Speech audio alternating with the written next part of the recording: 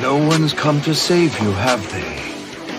You've had a hard life, Tenko Shimura. What is going on, everybody? Welcome back to the Project Manga podcast, where we cover One Piece, My Hero, Black Clover, The Promised Neverland, Chainsaw Man, and Jujutsu Kaisen, week to week.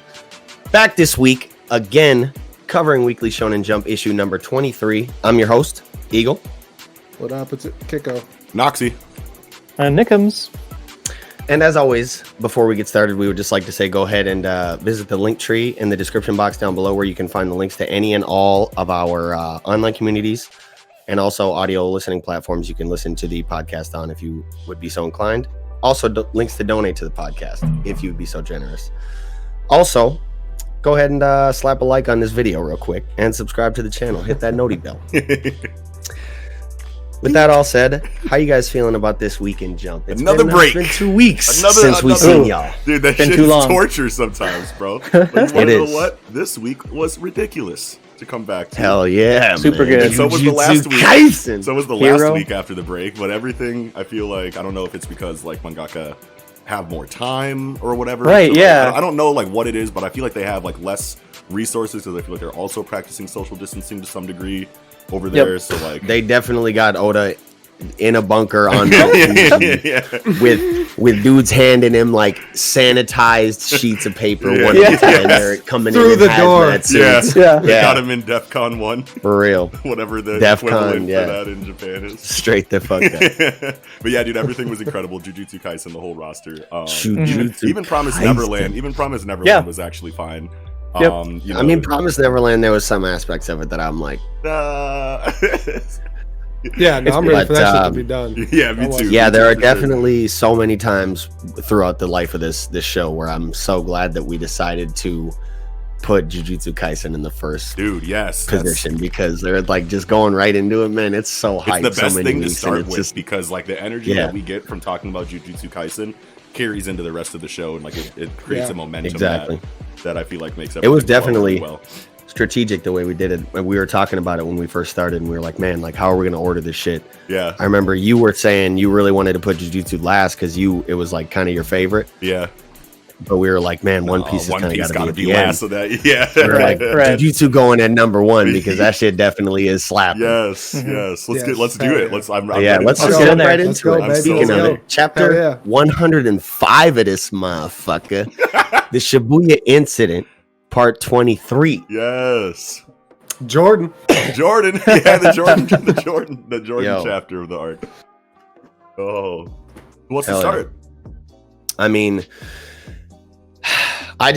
just to go a little bit into the chapter, Yeah. something that was like, it was all action. It was pretty quick. Yeah. But one thing I really did love was how Choso, his technique was kind of like, if I understood it correctly, if he does it for too long, it'll kind of like coagulate his blood within his body and he kind of dies from it. Or maybe he has to Maybe you amputate could like a have like limb a that heart he holds attack in or it for too something, long. or like, or Yeah. the word So- they use is thrombosis, right? Thrombosis, Yeah. yeah, clots Yeah. the blood, and Blood then it clots, makes yeah. it so like your blood doesn't, like transfer through your, Yeah. arteries and whatnot. Yeah, right? and the Yeah. dialogue that we get here is like, even if you're a regular like blood manipulation like sorcerer, like this is still a Something that you setback have or to a worry about. defect that you are to your technique. Like you're not even if you're a curse, obviously you're not safe from this.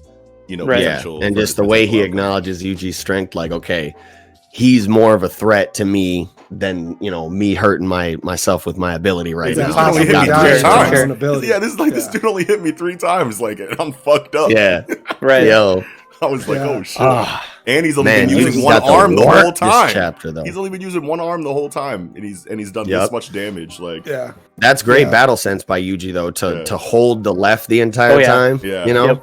yeah, After Even he though got it it, didn't work. and I think we were talking about that before. Yeah. About how he had not thrown a left in a long time because Yep. his hand. We didn't know Yep. if it was actually hurt or if it was strategic. Turned We out we it thought it was strategic for sure. Yeah. Yeah. yeah. We Yeah. definitely mentioned that. Yeah, that he was gonna. And so did Choso. Yeah, and so Yeah. did Choso. Yes, Yeah. Dude's a Choso. monster. Choso, man. He's been Choso whooping this is man good. for 5 chapters. Yeah. Anytime in a manga panel, an enemy or anybody squares up and says, "Koi," I'm like, yo, like when they Yep. say come, Yeah. that shit Yep. is so tight. Nah, bro. dude, when because at the end of the last chapter he gets hit in the liver, and we were like, well, that's it. And then like we had like all of Yep. this all of this conversation about what was gonna happen. Sukuna was gonna come out. He's gonna use a Right. reversal Jutsu Shiki technique or something like that. But no, right in this chapter he said, I'm gonna die. Nope.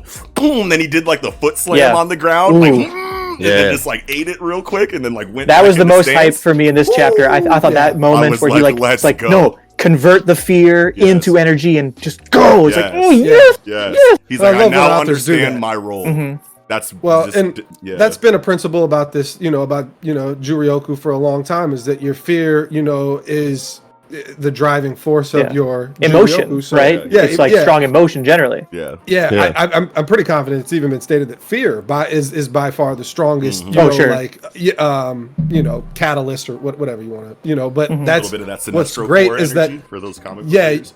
Yeah. you get just one quick, and you rehash this, you remind us, okay, and we know it, but this reinforces, hey, this is the perfect situation to give us this info again, even though Yep. we know it, but Right. it just hammers it home, like this is how our system works, and it's I just love when authors do that, Yes. and Yep. it's small, there's no need to like totally rehash it, just a quick little Right. no, Yeah. like I Yeah. Right. convert. I'm falling into despair. No, I'm gonna convert it into Channel that fucking shit. my fear into fucking cursed Yeah. energy. Snap Yeah, that out shit of was it, like- channel that shit. so Don't hype. freak out. Don't panic. Just Right. do So what hype. yeah, dude. Hell yeah. Yuji. But I feel like Well, it shows so, Yuji is learning battle sense. He's learning Yes. better control over cursed energy, and like it's that rehash is like almost just him telling himself like, yes, Yeah. this is a thing to do. Just do it, Yuji. It's okay. Yeah. And So I just how wanted to about say, the- when Yuji locked himself in the Yes. bathroom Oh stall, yeah. dude, did that anybody was else? so good. Did anybody else hear? Stop! Drop! Shut him down over that shop! Just fucking drop kicks him through the Out the fucking stall. Bro. That door. shit was so icy, bro. I'm like, God damn! Yes, dude, that was super good. Yeah. I was like, Yeah. really? He's hiding again? But I don't know what this. Oh no, he kicked him out. He kicked I him mean, through the Well, and it wasn't Yeah. that he was just like, I'm gonna make him hesitate for the brief Yes. second Yeah, for because a it was brief like second, it was yeah. so quick. He was like, whip, he runs up and he barely has the time to think what he thinks, and it's like, bow! But he's You know still- what I'm he's saying? still Like, Joseph's like, really? Yeah. A wall at Yeah. this stage of the fight? Like, Yeah. we've already established this don't help. Blah! Oh, Yeah, shit. yeah, Right. Yeah. And, Right. But he still blocks though. You could see his hands Yeah. on his boot. You Yeah. know what I'm saying? Yeah. Well, it almost looked like, was that his hand? Oh Yeah. yeah, that is his Yeah. hand in Yeah. between. It's It almost covered looked in to me blood, like it the- was one of the those blood. things where it like gets super close and then he's like at the last minute just hits him. You know what I'm saying? Yes. Yeah. But no, I can see his hand in between. I did not peep that before. And then Yeah. it goes Yeah, into me either. this, and then it goes into this incredible exchange actually before he locks himself in the shit. Like after like Yuji kind of comes to his senses, he says, "I understand my role." He starts bleeding through his mouth, and then fucking it starts talking about the thrombosis and whatnot inside of Yep. Choso, and then he like you start seeing like an external representation of this blood. I'm assuming, I don't know, it looks like he's using like armament hockey, like or some Yeah. shit like with this blood like around his fist or whatever, and he goes into like Maybe that's like the negative effects starting to like manifest. maybe, You know. visually represented, in that drawback that it was talking about. I would love that too. Yeah. I like the hockey angle where it is Yeah. like he's actually, strengthened his arm, but it's inside of his skin, so we wouldn't see it. And Yeah. you're given, the visual Well, because he representation does the of it. same thing on his ribs too. Now that I think of it, Right. later on in the Yeah, chapter, that's right. He shows his ribs, and they're all Yeah, yeah, hardened. yeah. But in this case, I think it is visual. Actual to blood, and Yuji. it's actual covered in his Because it could be. he goes like sorry, Yeah, when yeah. Yuji like hits him And on the shows him. right Yeah, side, he yeah. shows him. He's like sorry, dude, Yeah, like you're right. it's You're right right. here. So Blocked like it. it is external. But isn't the sprinkler system still going in this? Don't we see that a little bit later in the exchange? Because it's still like, going. Yeah, so like wouldn't that? Oh wait, but that's for piercing blood, and that's for like his Yeah. his shooting techniques. Okay. Because that can't be completely coagulated. That Yeah, has yeah, to like yeah. be able to move Yeah. and, Yeah, and that's right. extend and Yeah. stuff. And so You're this right. is like hardened blood on the Yeah. outside. Oh, that's so cool. is what I took. Well, Just and yeah, we yeah. get the explanation on that. Exoskeleton. We get the explanation on like blood edge, Yeah. which was super Yeah. tight to go back to go to through see all of his techniques and an explanation of all of them. because we Yeah. didn't even know like he was getting stabbed with blood, like that he had blood knives. Like Yeah. I didn't know that those like the knives he used to stab fucking Yuji in his foot, it was made of blood. Oh, I Well, figured it was. That, I figured but that, but what I thought. Oh, go ahead. do you want to? I was just going to say Yeah. what I thought was really tight about it was the explanation on how it's not a solid blade, but rather constantly circulating Mhm. blood Yes, at yes. a really rapid speed And enough just to make it shakes. sharp on the edge. That shit shakes was into a tight. certain Super degree. That's sick. So fucking Yes. sick. Yeah, I definitely. mean, Jujutsu just again like flexing like just such good explanation of each and every ability and how Yeah. it works, man. Absolutely. Mhm. Yeah. Gege Yeah. is It's a fucking bag fantastic. for sure. And this exchange, once again, on the purely action side of things, is just so fluid.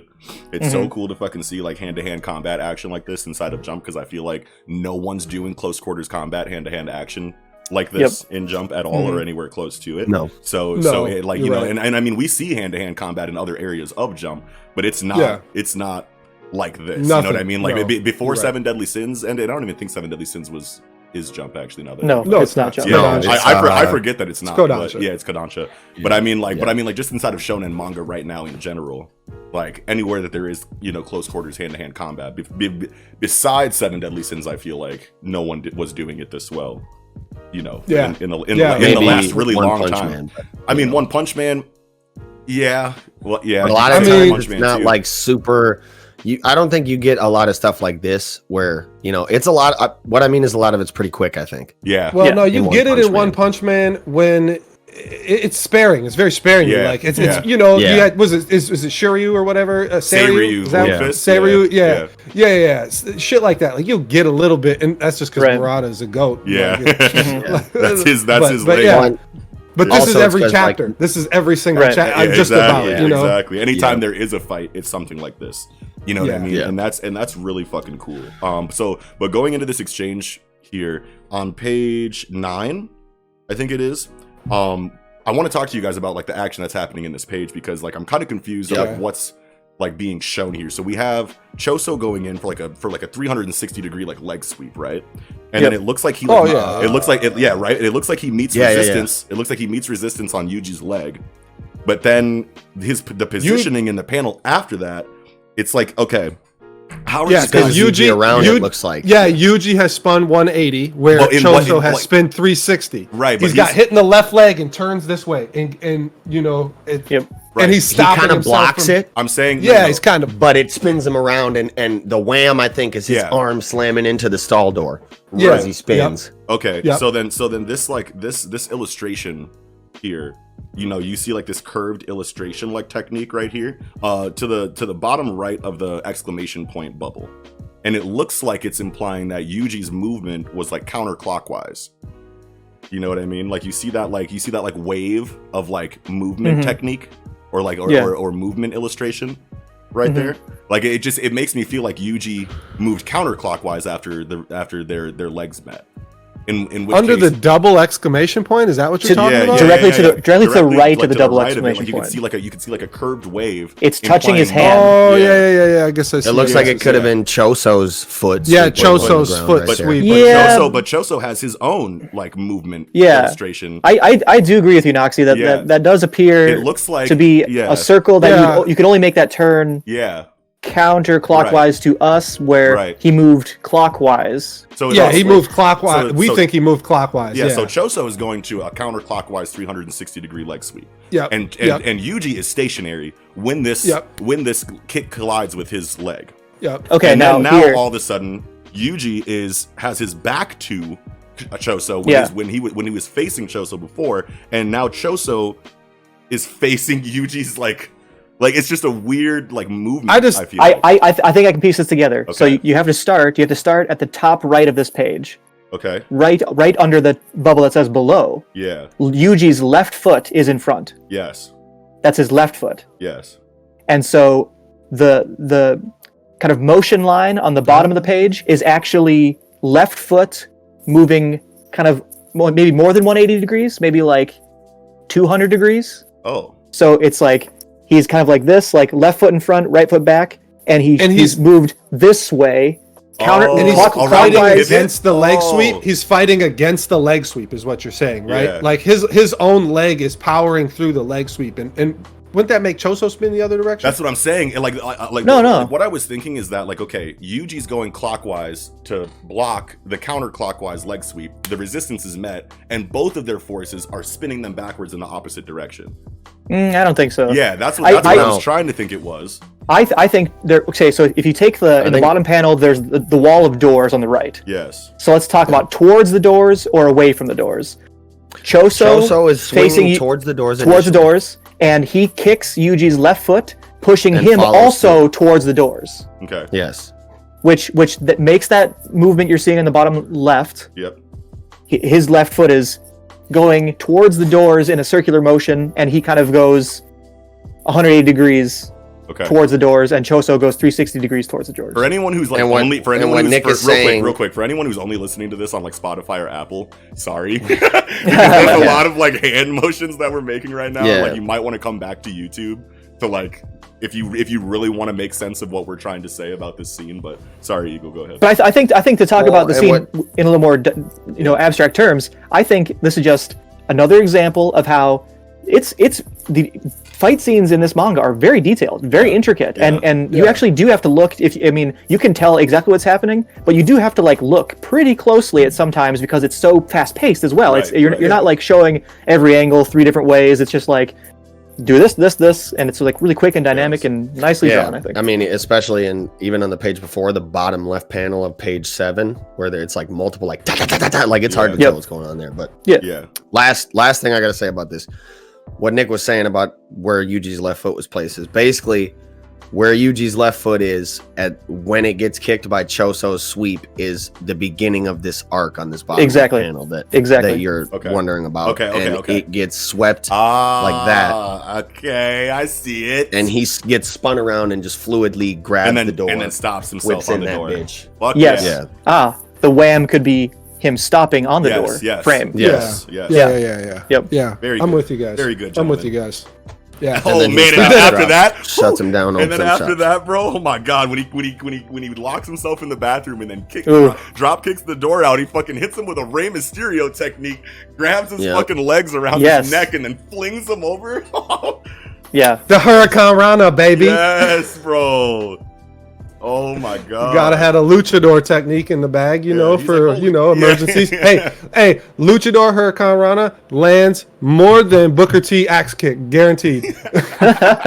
Booker T axe kick missed 100% of the time. Dude, yeah, fuck yeah, wow. And then he's like, he's staggered, and he goes to go fucking punch him. Yep. He's like, nah, pimp. And he's like, all right, I'm gonna hit him with my left since I haven't been using it the whole time. Hits him. Instantly hits him with a fucking downward fucking like chop. That's so tight. That was my favorite. I feel like that was my favorite strike, to hit him right in the pressure point right here. Or Nick, whatever side of it. Yeah, dude, his shoulder is gone. Yeah. I get it. No, I get it. But that's still like a huge like pressure point area that numbs the half of your body where you get hit like this. On whatever side you get hit on. Like numbs half of your body. That's the James Bond. He didn't hit him there. He didn't hit him there. Yeah, he did. He hit him dead on the fucking shoulder. Yeah, exactly. Sure. Yeah, somewhere in here. Yeah. Somewhere in the shoulder. Well, no, because if you see on the next panel, there's a large chunk of his shoulder. Yeah, but he could still hit him, and where that's dragging motion too, like a dragging motion. Yeah, and maybe? at the same time, you have impact that spreads outward, like upon hit. I don't know. That can like you can see it, that it's clearly right here on his like at the where. So I know what you're talking. What Eagle's talking about is page 16, upper right, where there's a whole big chunk just missing of the shoulder.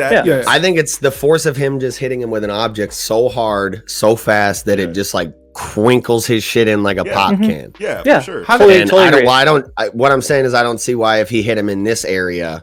Oh yeah, because you can just still gonna like see some blow black out of this part of his shit. You can still see the black of his like where and I'm not saying way up here completely like unscathed. And I'm not saying way up here on the neck. This pressure point goes all the way through to the shoulder. It's just like a big hit right in this area. It doesn't make shoulder like whatever, like whatever you nerve pinch on his ass. Yeah. But that was crazy. And then he fucking he hits him in the fucking neck shoulder area, caves his shit in, and then fucking punches him in the fucking chest. Buddy said, yeah. Sends his shit flying, bro.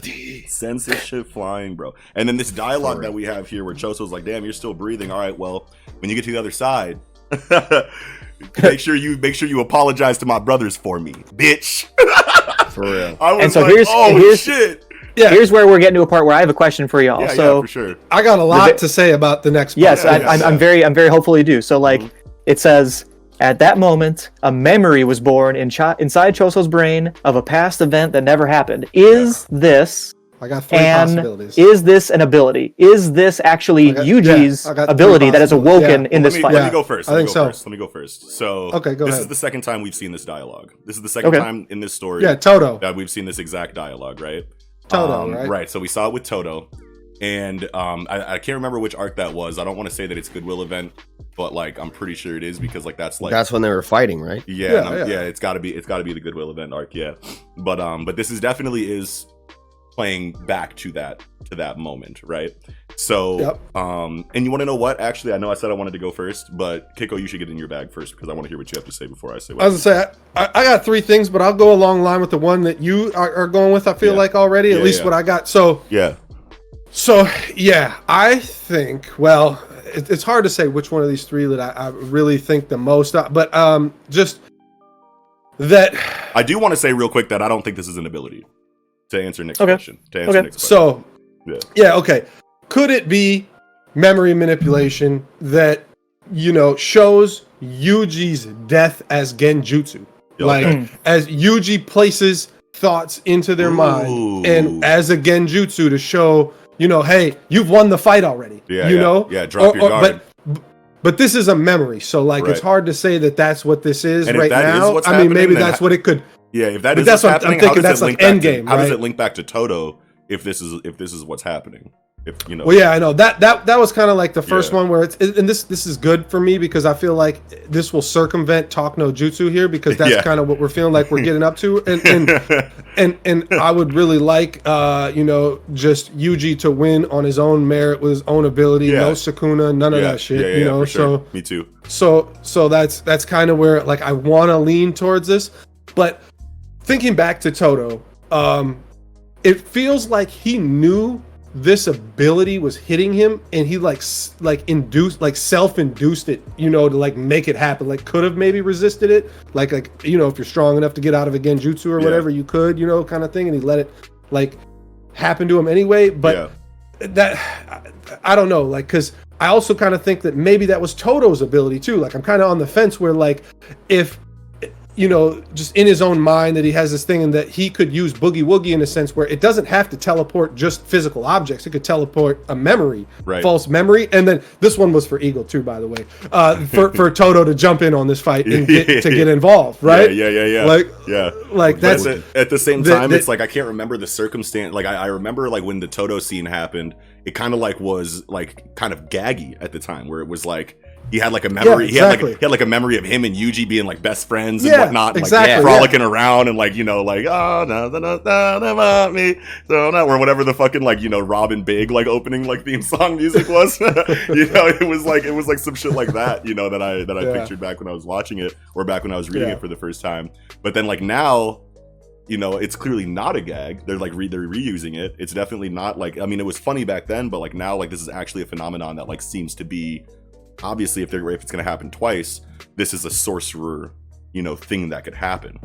But not an ability. But not an ability. But maybe, I mean, like before you go into your other two possibilities, I guess I'll just like interject with what I originally, had like kind of like deduced, when I was reading this, is that I was like, okay, so we have many links to Hunter x Hunter in this series, and one of the things that I thought about, were like other kinds of like weird phenomenon that like don't really happen to everybody inside of Hunter x Hunter, but is an established thing, like time compression, right? So you have time compression between like two fighters that like enter combat and like time seems to slow down for them, even though time is moving normally, obviously. You know what I mean? It's not actual time manipulation, it's just a combat, phenomenon that happens between two people.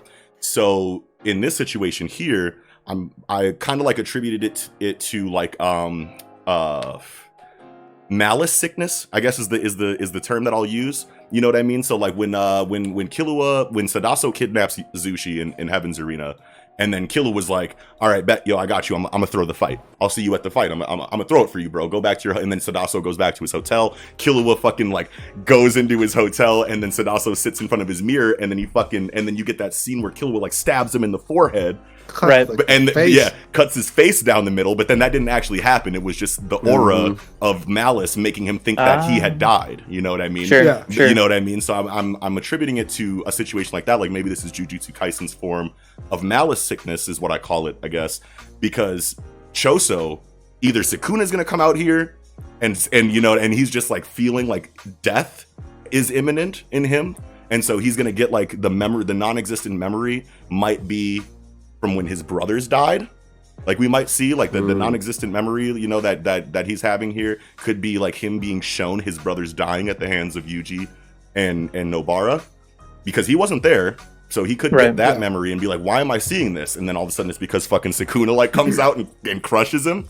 Or we get the off-panel speech bubble of Boogie Woogie and fucking and Toto Boogie Woogie claps Yuji to the other side of the wall that Toto's standing on the other side of, and then all of a sudden it's Toto here in front of fucking Choso, claps him up next chapter. That would be so crazy. That was 2 of 3. Like I said one. I said 2 of 3. I got one more, but that is really the second one, is that Toto has some kind of like psychological thing that like, you know, he dreams up fantasy worlds, and like that's maybe part of his ability, that he can boogie woogie that shit into your mind, and it doesn't have to actually be a transfer of physical things. It could be a transfer of mental states or whatever. Sure. And use it as a genjutsu.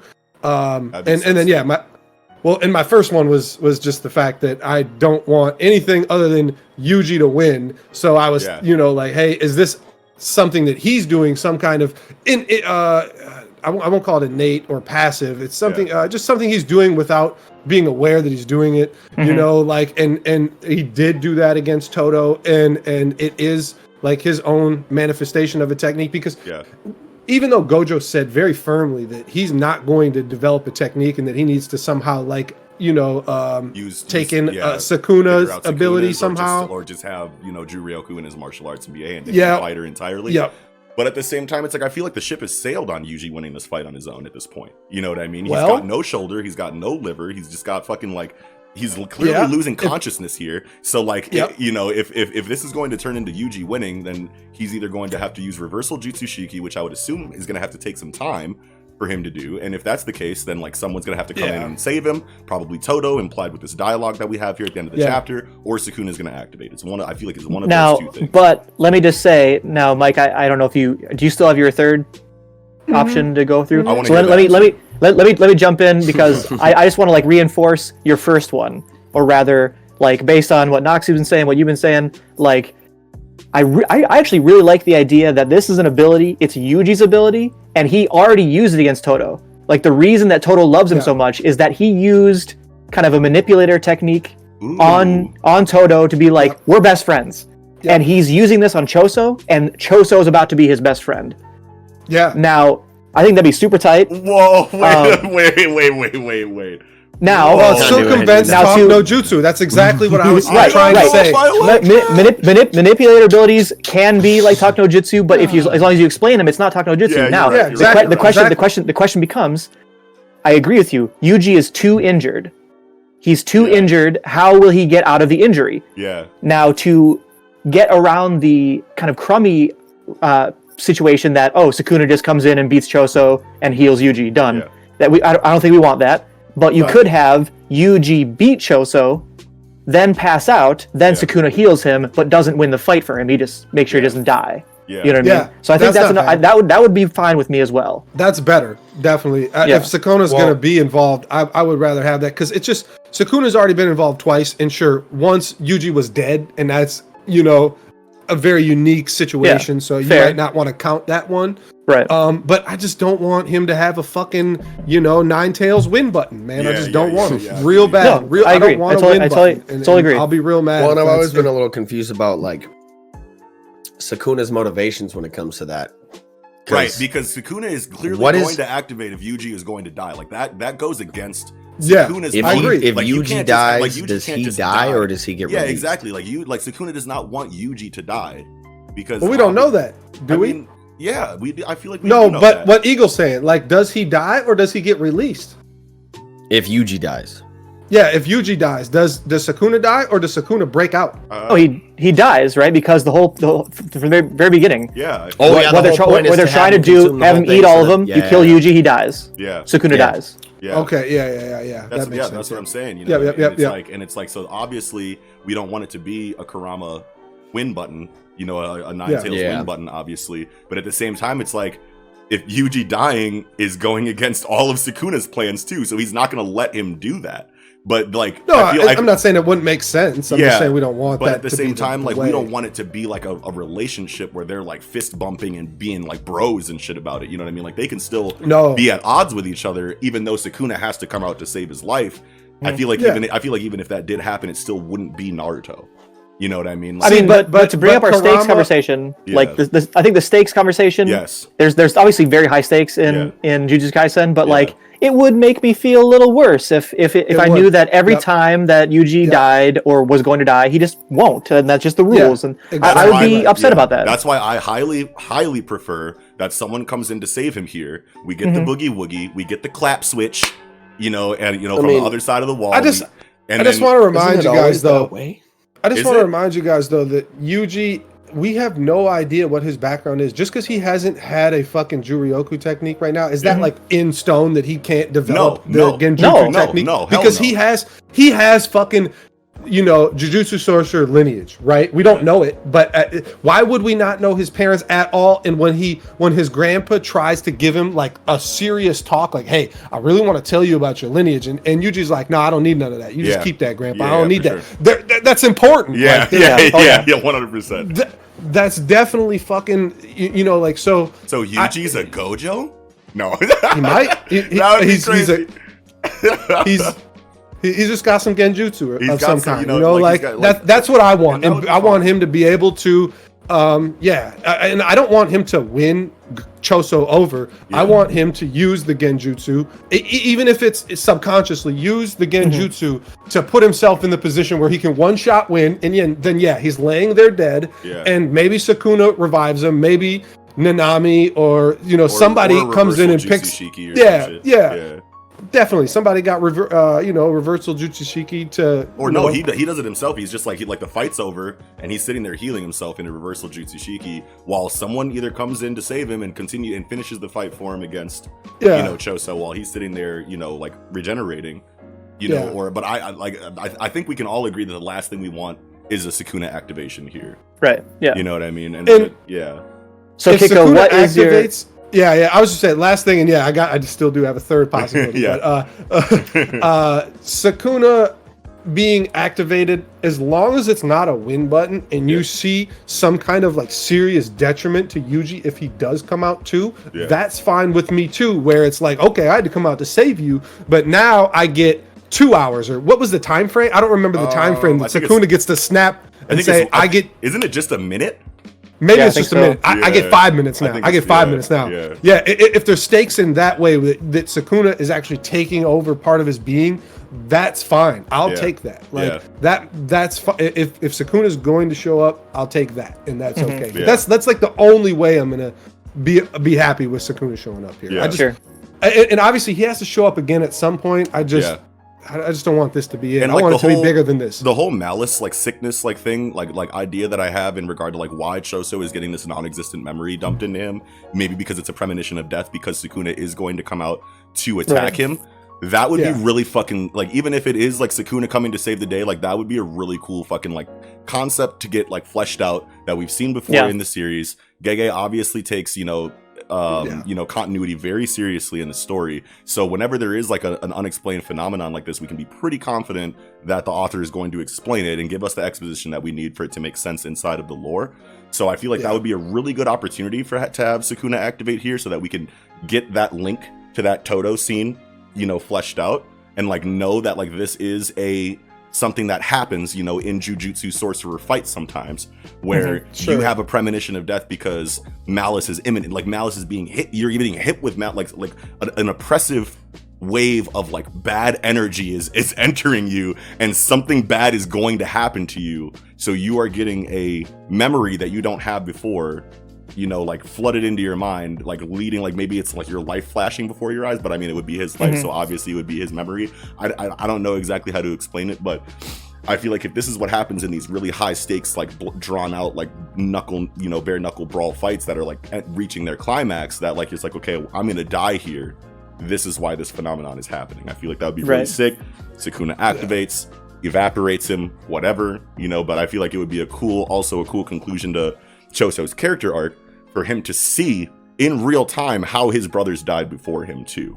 So I feel like if that was the non-existent memory, that would be really cool to happen as well. Well, see, okay, yeah, never mind. I was gonna say it still is a non-existent memory, even if it factually happened. I was gonna say, wait, is that it's a non-existent memory if it actually happened? But you're right that he wasn't there. Yeah, exactly. Yeah. Right. But go into your third option here, and then let's round off the Jujutsu Kaisen. And it'll be pretty quick. Yeah. So Choso is a cursed womb death painting, which was invented by Noritoshi Kamo, who is also a Kamo clan, obviously blood user, right? Right. And maybe he's seeing, you know, like this Noritoshi Kamo has, I don't want to say he's a all for one type character, but he is a like historical character who has like throughout these cursed womb death paintings that he invented and subsequently ones that have been, you know, like kind of like this technique has been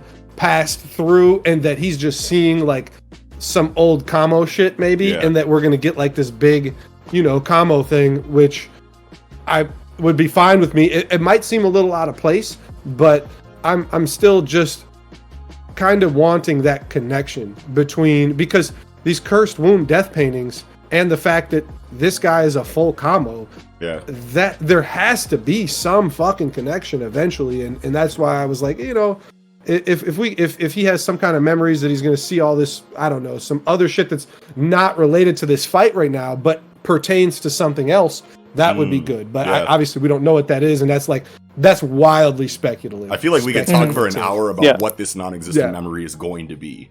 You know what I mean? Like, because obviously we're going to see what the memory is at the start of the next chapter, unless M.A.N.G.A switches perspectives, which I doubt they're going to, because we've gotten 5 straight chapters of this fight. You know what I mean? So but that would be really fucking crazy if we got some like other Kamo like lineage like memories in here to like see like maybe the origin of the wombs or something like that, or some other kind of like outside perspective of like this entire situation related to Choso and his brothers. Like that would be really fucking cool to see too in a non-existent memory.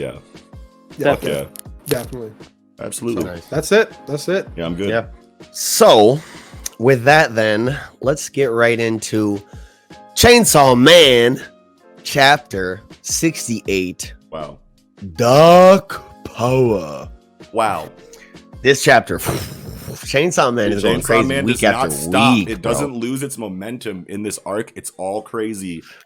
No matter like, Hell it doesn't matter. Every week you can bet your britches that your shit. Yeah, exactly. Like it's so fucking crazy. And this was so Denji heavy, and I love to see it. Yes. Denji on his like, it's like, okay, great that we get a main character chapter focus here. Denji on his Jedi wall run shit here with the fucking, he's getting more proficient with the feet. Yeah. Chainsaw Heelys. He's just like re-D on his endeavor. And then the fucking puppets were like, oh yeah, bet. And We got it too, boy. yeah, What's up? we got it too. I was like, no. Well, and the one just like suicide, like kamikazed right into him. Yeah. Like it like just ran straight at him and dove right into his facial saw. Yeah. And he's like, ah, shit. Yeah. But yeah, the dialogue we got from Xuan Shi was really tight. It was like, hey, they're just pretending, bro. And he's like, how do you know that? Yeah. He's like, how do you know that? It's like, doesn't that He's make like, you feel if you better understand about it that way, you can murder them motherfuckers, right? I was like, fuck Go ahead. Because I was Don't like, hold back. Yeah, because I was like, really, that's what you're gonna have to do to make Denji like activate here and just start slicing, like, so like obviously, like, and then he was like, no, they're actually people again, but like just think they're not, so you can kill them. Like I love that from Fujimoto here. Yep. I mean, Denji's playing it's Fable. funny. He's got the morality meter, teetering back Yeah. and forth, and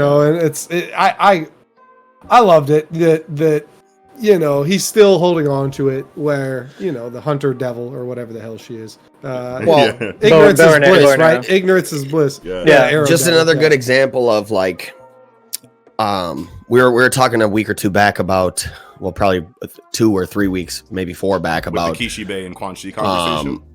Yes, how it's like there's concepts with the author snaps, bro. Like there's concepts or things people say that are like contradicted within the narrative. Yeah. So like Quan Chi says what she says about, ignorance is bliss, just, act like they're not humans and you can kill them that way. But even she falls to human emotion, at the end of the chapter. As soon as her people are puppets, Yeah, she said, well, this shit again. Yeah. But that's what I want to make sure people are clear didn't on. blitz her or nothing. Just walked up calmly and just... Well, that's because the zombie fiend is being held hostage. She never died. The two, black-haired power and Chain Chompette are holding her hostage. Yeah. And, it's... I assume that's what she is a zombie fiend, because she would have already been turned into a doll if she could. Because fiends have to die first, I believe, to be able to be turned into a doll. That's what it seems like, because those two were chopped up in hell, right? And you saw their heads; they were beheaded, on the ground in the last chapter. That makes sense. Whereas if Stitches is a zombie fiend and she's undead and she can't die, or even if she does die, she can't be turned into a doll because she doesn't actually die. Like that would make a lot of sense to me. Right. Well, so that kind of goes into something I was going to bring up. When that dialogue we get, can she be made into a doll? Was she talking about the zombie fiend girl, or was she talking about I think she's Quan talking Chi? Arrow Devil. Quan Chi. Devil, So is it unclear whether hybrids can be turned into like dolls like that? Is that a rule? Maybe like hybrids can't? No, because Denji would have been already, because he's taken damage this fight. I feel like Denji can't be, so Quan Chi can't either. Yeah, I don't think so. Of course, and because, unless it's because Denji also can't die. Yeah, but Quan Chi can. Yeah. And, well, I believe all the dolls have to do to turn you into a doll is touch you, right? But that's is the rule actually touch someone who can die? Yeah. Oh, true. Yeah, I like that. Night came pretty fucking quick. I believe so. Yeah, Night did come. And Night came in a panel. It was like, whoa, all right. And then she's, transformed, new form, final form out here. Frieza, ready to go. Yeah. Frieza with Lego head legs. Something else about that last thing, though, Kiko. What were you going to say? I don't know. That's fine. Does anybody else? Well, no. So we're talking about how she's undead, and that's possible why she can't be revived. Arrow Devil, Quan Chi, did say last chapter that Darkness Devil's dolls have now been powered up. And that kind of means that the rules have changed, or some of the rules might have been thrown out the window. That's right. And I don't feel like a hybrid like Denji or, the Arrow Devil, because they're definitely both hybrids. Yeah. I don't think a hybrid can be turned until they die. Just like a fiend, where like power wasn't turned, power was touched, and she was never turned. And either was this zombie devil, which I still like the fact that she was never turned, because while she's in custody, they could have killed her, but actually then you can't really use her as leverage in this situation. So maybe the undead thing's kind of out the window there. But regardless, a fiend or a hybrid, I feel like have to already die to become a devil, or to become a doll. I'm sorry. And that's the only thing that makes sense, because when you just look at the last couple of chapters, Power would have turned and she didn't. Yeah. Only Chain Chompette and Black-haired Power have become dolls now. I think there probably is an explanation for this, that if you imagine what's happening with this person, you got a regular ass human, doll touches them, so doll devil piece is inserted into the person, thereby controlling them. But a hybrid and a fiend already have a devil in them. Oh yeah.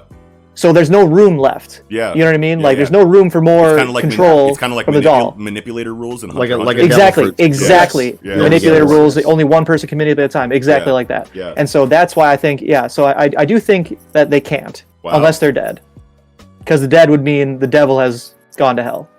Yeah. Wow. Right. Yeah. I agree with you. That's crazy. Yeah. I didn't even think about that makes that a lot at of all. sense. Yeah. Now- that makes a lot of sense. Yeah. It's weird Just too, to though, touch on- because just like, touch on- then people sorry. have multiple devil contracts. So I don't know. Those are It's contracts. not devil contracts. We're talking Yeah. about hybrids. Yeah, Right, hybrids right. and Fiends. fiends. Hybrids and Yeah. fiends. Because fiends they used to be a devil and they gave up their power to become a fiend. And I don't know if I talked about that on stream, but what I think was we thinking did as one far as time. that goes, yeah, where it's like, why would a devil give up, all the power they have as a devil to become a fiend? And I was thinking that it's to get out of bad contracts, Right. because they have to fulfill the contract just like the human does. And so if they, like I was using Aki as an example. Yeah, I definitely said that. But where like if the future devil, God, what's the new name for it? I said there was a new name for it. Oh, But whatever it Eternity. is. Eternity Devil. Eternity Devil is what it's called. Yeah, it's a business. Yeah, Whatever. maybe that is it. Like where if that's a way to opt out of your contract in a way where if you're in a situation where like what the hell's her name? The Master, the Darkness lady now. Yeah. She was about Claus. to die, obviously. Maybe you could opt out of your contract and then like she was about to die because of the Needle Devil contract. So maybe she would become like the Needle Fiend. And then you're like subservient to that devil in a way, or that because she has a spirit. contract with the Needle Devil. She's not the Needle Devil herself. Yeah. No, I'm talking about if she was, rather than die by the Needle Devil's contract like she was going to in the next 6 months or whatever, she can choose to opt out of her contract, become the Needle Fiend, and then each fiend is subservient to its Oh, I see what you're corresponding saying. devil in a way where, in some way, if they kill or do something, it in some way feeds that devil sustenance or I power. don't think so. I'm pretty confident I'm pretty sure there's firm dialogue on like Power's situation. Power was the Blood Devil, and now she's the Blood Fiend. She was the Blood Devil at one time, and now she's the Blood Fiend. So is there another Blood Devil now? And if she does, like, is there some way where she can give that devil power? I'm what pretty I'm sure if she dies, That'd be a she cool- reincarnates in hell. Yeah, the Blood Devil is in Power. Yeah. Yeah, And she's a fiend. And so the devil is locked in Power's body. Yeah. yeah, and can because only Power's leave by body, dying. And Power's body is a corpse. Fiend takes over a corpse. A devil takes over a corpse and puts the devil into the corpse and becomes a fiend and relinquishes a lot of their power, because there's only two ways to get out of their bad contracts, I think, is either dying and then they go to hell, but they can't be revived because Chainsaw's no longer not there. Yeah. Chainsaw's not there. And if they do just become a fiend, they lose power, but they opt out all their bad contracts and can kind of start over and like bide their time until Chainsaw comes is back in hell. And then they can die and then come back as a full devil. Yes. Yeah. Full devil. Yes. Yes. That's what I was thinking about with that. But It's so One, crazy. I mean- like whether we're right or wrong, it's so crazy feeling like we are fleshing out the power system inside of a story that's trying really hard not to flesh it out.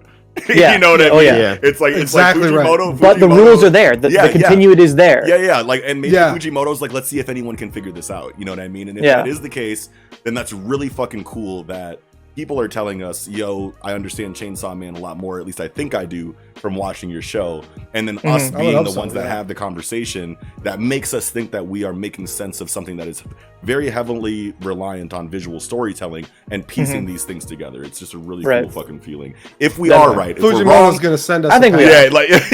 like if we're Fujimoto's wrong, going to send us a present. here, yeah. like if we get it right, like if we've been right this whole time, that'll be fucking crazy. If we're wrong, then like I feel like we are the ones that are trying the hardest, you know, or the closest to figuring it out. I don't know, man, but it's just a really cool feeling having these conversations in Chainsaw. Another rule, I guess you could call it, and this is a very minor thing, but something I kind of picked up more on this chapter is that Arrow Devil, Chuan Chi and Denji, same teeth, the super pin type teeth. Yeah. And now that I'm remembering it, so did the Bomb Devil. Reza, and you know what I mean? Katana Like, Devil. and the Katana Katana Devil. Devil. So fiends all have these really Power long doesn't. teeth. What? His power? Hybrid. No, hybrids. Sorry, Oh, hybrids, not fiends. the Sorry, hybrids, that was my yeah, mistake. the hybrids, Hybrids, yeah, not yeah. fiends. Yeah, the hybrids. Yes. Yeah. Wow. So I just Someone like kind of seeing brushed that. over. You know, there might be some credence to what Kiko was saying a while back about. Well, I mean, Nickums was saying this as well, but just instead of her being the arrow devil, rather maybe the hunt devil of the hunt or the hunter, because like there's a lot of panels where she's punching holes in people. Yeah. But then the first panel where she takes action is a slash and it cuts this puppet's head off clean. Yeah. So that's something other than an arrow. Sure, That's right. sure. So basically, the record- that's all I'm saying is she could be imploring other things than just the arrow. So maybe it's Right. not just limited to an arrow devil. Yeah, dude. For the record, I personally rescind my hunt theory. Like I think she's the bow and arrow. I think she's the bow and arrow devil because I think every hybrid is a man-made weapon type devil. Yes, agreed. Bomb, 1000%. Katana, We talked about this chainsaw. last week, Yes, We did talk about right. this So last I think they're all man-made weapon types.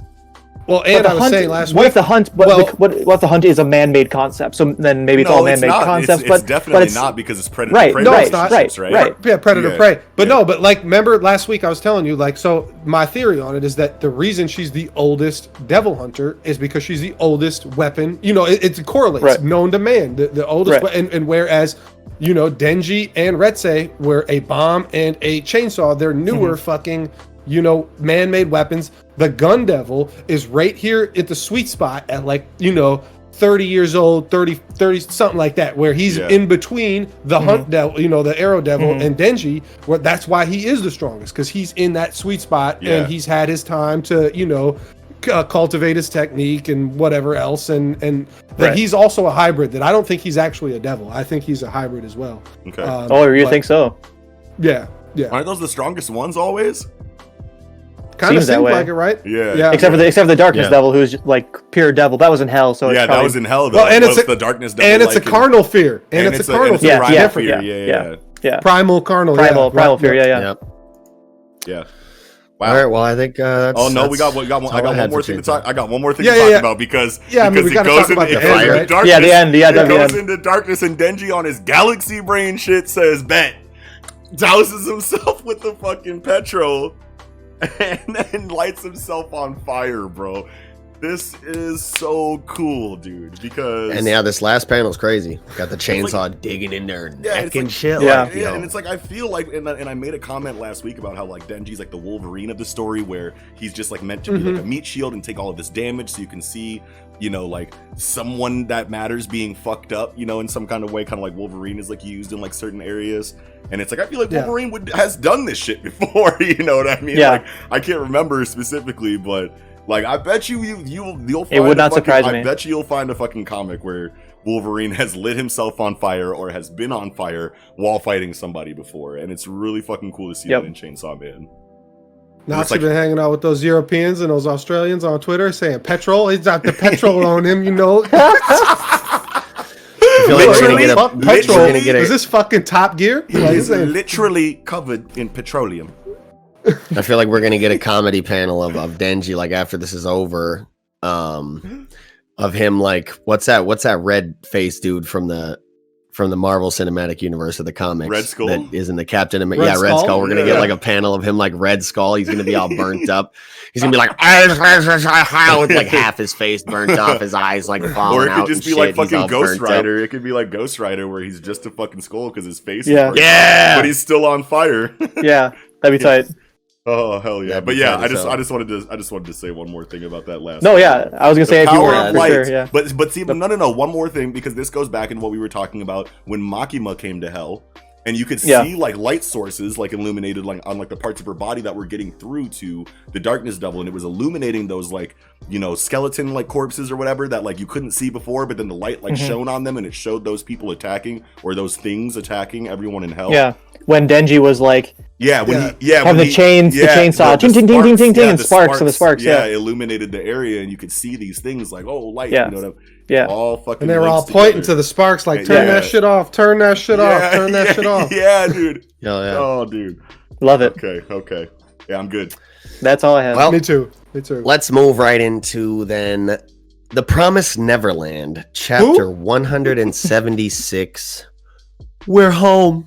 The Promised what? And beautiful ass fucking Love color it. I spread love here. that. Love it. Yeah, that's the I highlight know- of this chapter. This is a beautiful thing, and I know No, it kind of it's caught me not. off guard. I know we've probably gotten color spreads with M.A.N.G.A in there before, Yeah. but like, does anybody else remember her hair being like Being- illustrated like this? I don't remember color? her being purple at all. I don't remember. Yeah, I do any not of this remember color that. scheme at all. But see, I that's feel the like she was thing. purple. That's I the don't thing. know. That's the thing about like manga, though. It's like we're so used to black and white. We know that like different shades of gray can be like any color, but we're always still Yeah. so surprised when it ends up being a color that we might not have thought of before. But it's like, what color did you think?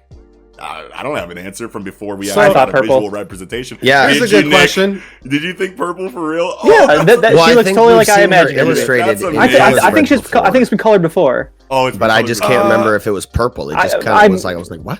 I'm sure it was colored before, and I don't remember. But like, do you think all the demons are this color? No. No. They're like She's a pure gray. blood. She's Yeah. a pureblood. That's why she's purple. Oh, okay, that's cool. I don't know. Maybe. I don't know.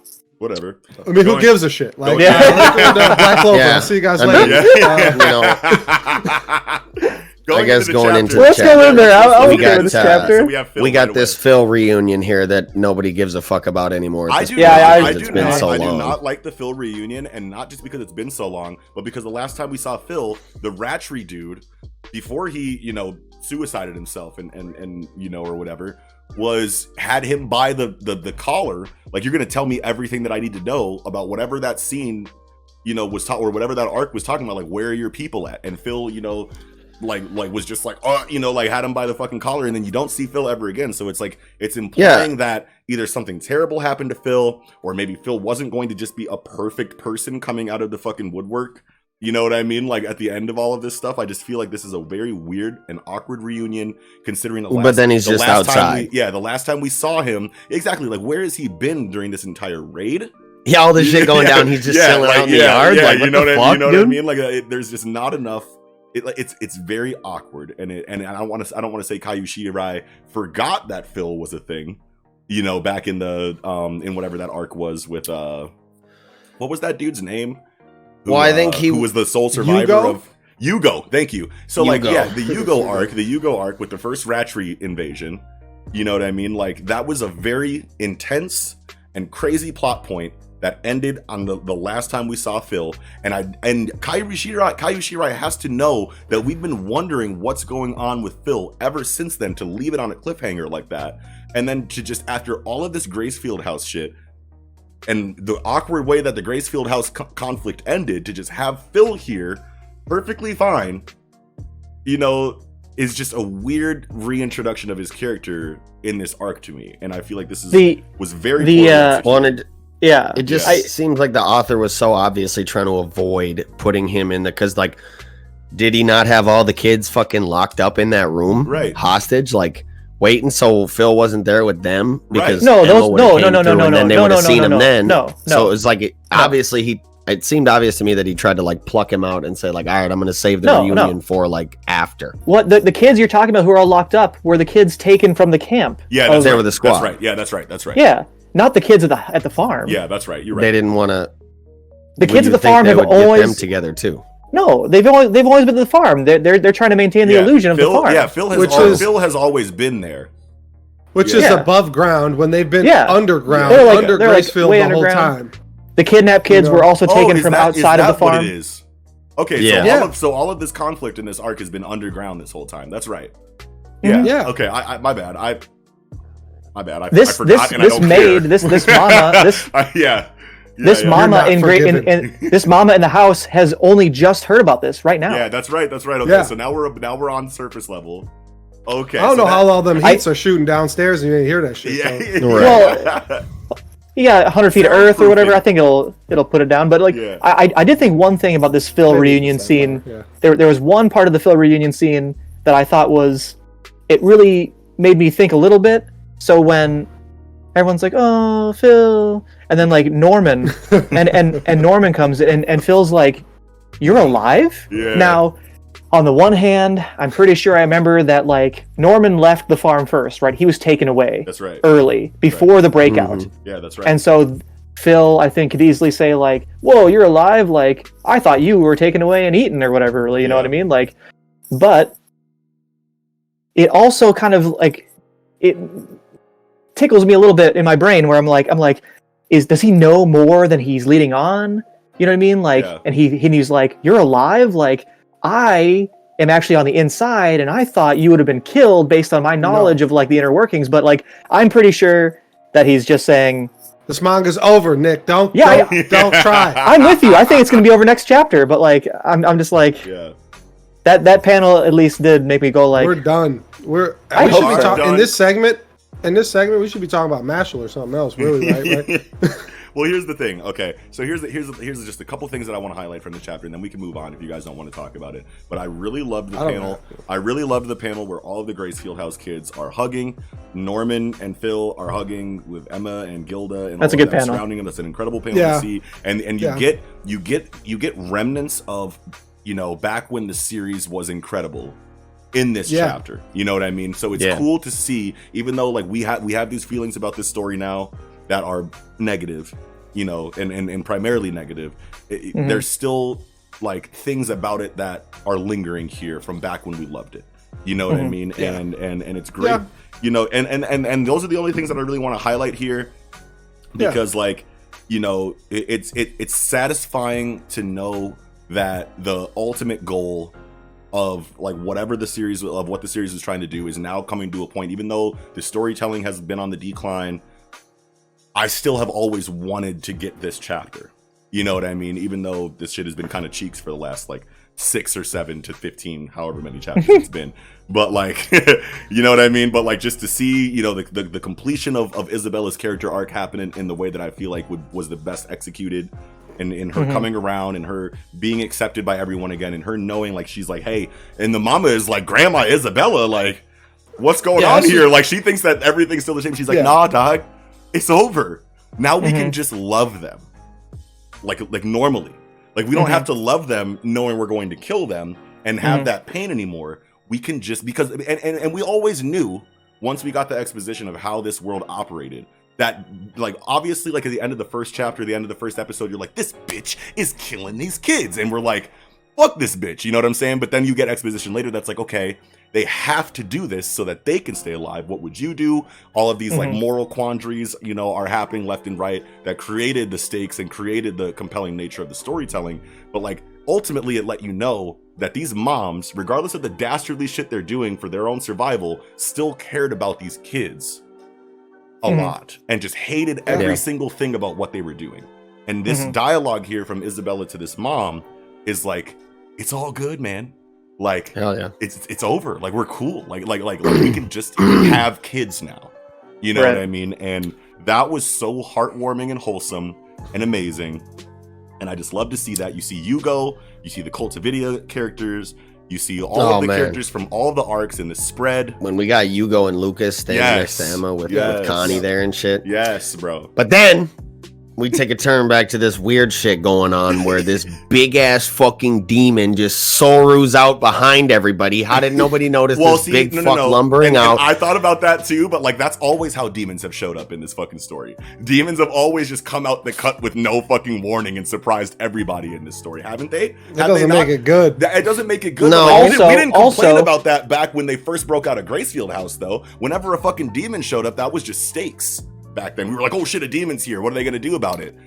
I mean, they fought like primitive demons in the forest. Yeah, like, that all made sense. Like that, it made way more fucking sense between chapter 1 to fucking 50. Like, made a lot of sense. You're and right. All of a sudden, but I feel like it's not as hand wavy. I mean, it's hand wavy. That's not what I didn't like about this dude. Yeah. I didn't like that this dude. This is some unnamed robed demon. I feel This is actually the boss of the farm. I own this farm. These are my kids. What the fuck are you talking about? Who are you? Where did you come from? No. I feel like this is the demon, and I thought about that too. I was like, who is this motherfucker? Who is this? But I was like, wait. I feel like this is the demon. I feel like this is the demon. The first time that Sungju and Musica saved the kids after they broke out of Gracefield House, there was that one primary demon from like the very first chapter that got sent out. That got sent out to chase them. I feel like this is that demon cares? Right, who cares? Yeah. He's still But unnamed. I feel like he's not. I feel like he's still unnamed. So what are you doing? But two, I feel like it's not entirely random. But at the same time, what is this? You know what I mean? Like, I feel like it's just so random and just like. I'll grant you that it's not He random, but just like I just don't care. I don't care about He this just guy. showed Let up me and was just- like, bah, bah, bah, bah. And just fucking, like, I don't know. Let me just summarize real quick. Let's just summarize so we can move on. Yeah. Beautiful cover chapter. Yes. There's some there's some birdcage symbolism on the cover, which is cool. Okay. It's okay. You know, it's okay at best, right? It's not like a mind-shattering symbolism. or anything. And then you have some kind of like nostalgic shit that I was just left arrow through this whole chapter, and then I had to double take. And go back to that and actually like try to like bring Feel myself something. back to that. Yeah, Exactly. yeah. Like I had to force myself to say, hey, this is meaningful and this is supposed to hit me in a personal way. Yeah. It doesn't, because I've been kind of dead on this story for a long time. Yeah. But if it was good for the last 30 chapters, this would've panel would really slapped hit me. so hard, Yeah, it would have yeah. slapped. Exactly right. God Like it damn was very pretty. Yeah. And then Isabella gets a better redemption. I will agree that this Yeah. is better than just, hey, I've turned over a new leaf down in this fucking dungeon here and we're all good now. Like this is better. This is Way definitely better, way better. Yeah.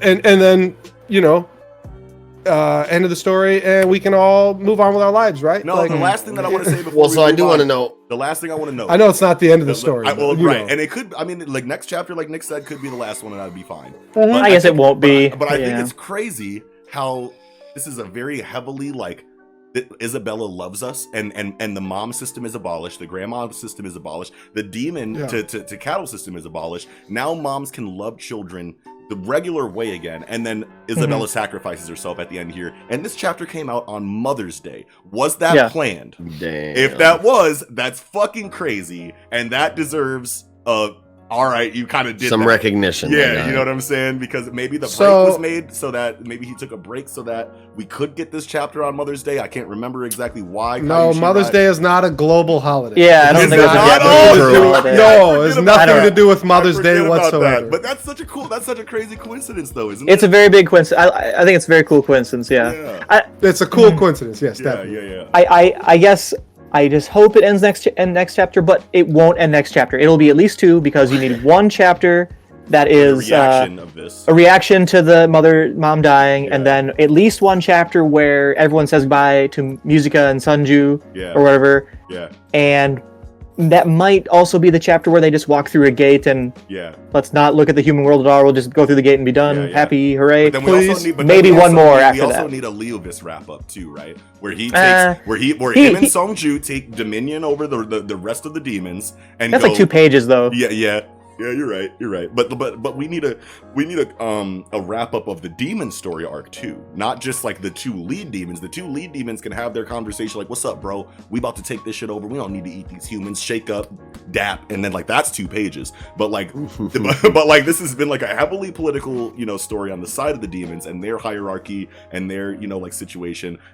For it to feel complete and for it to feel not rushed, then that should at least have a chapter on this holy demon side of things. In my opinion, but I don't disagree with your opinion, but I don't want it. Yeah.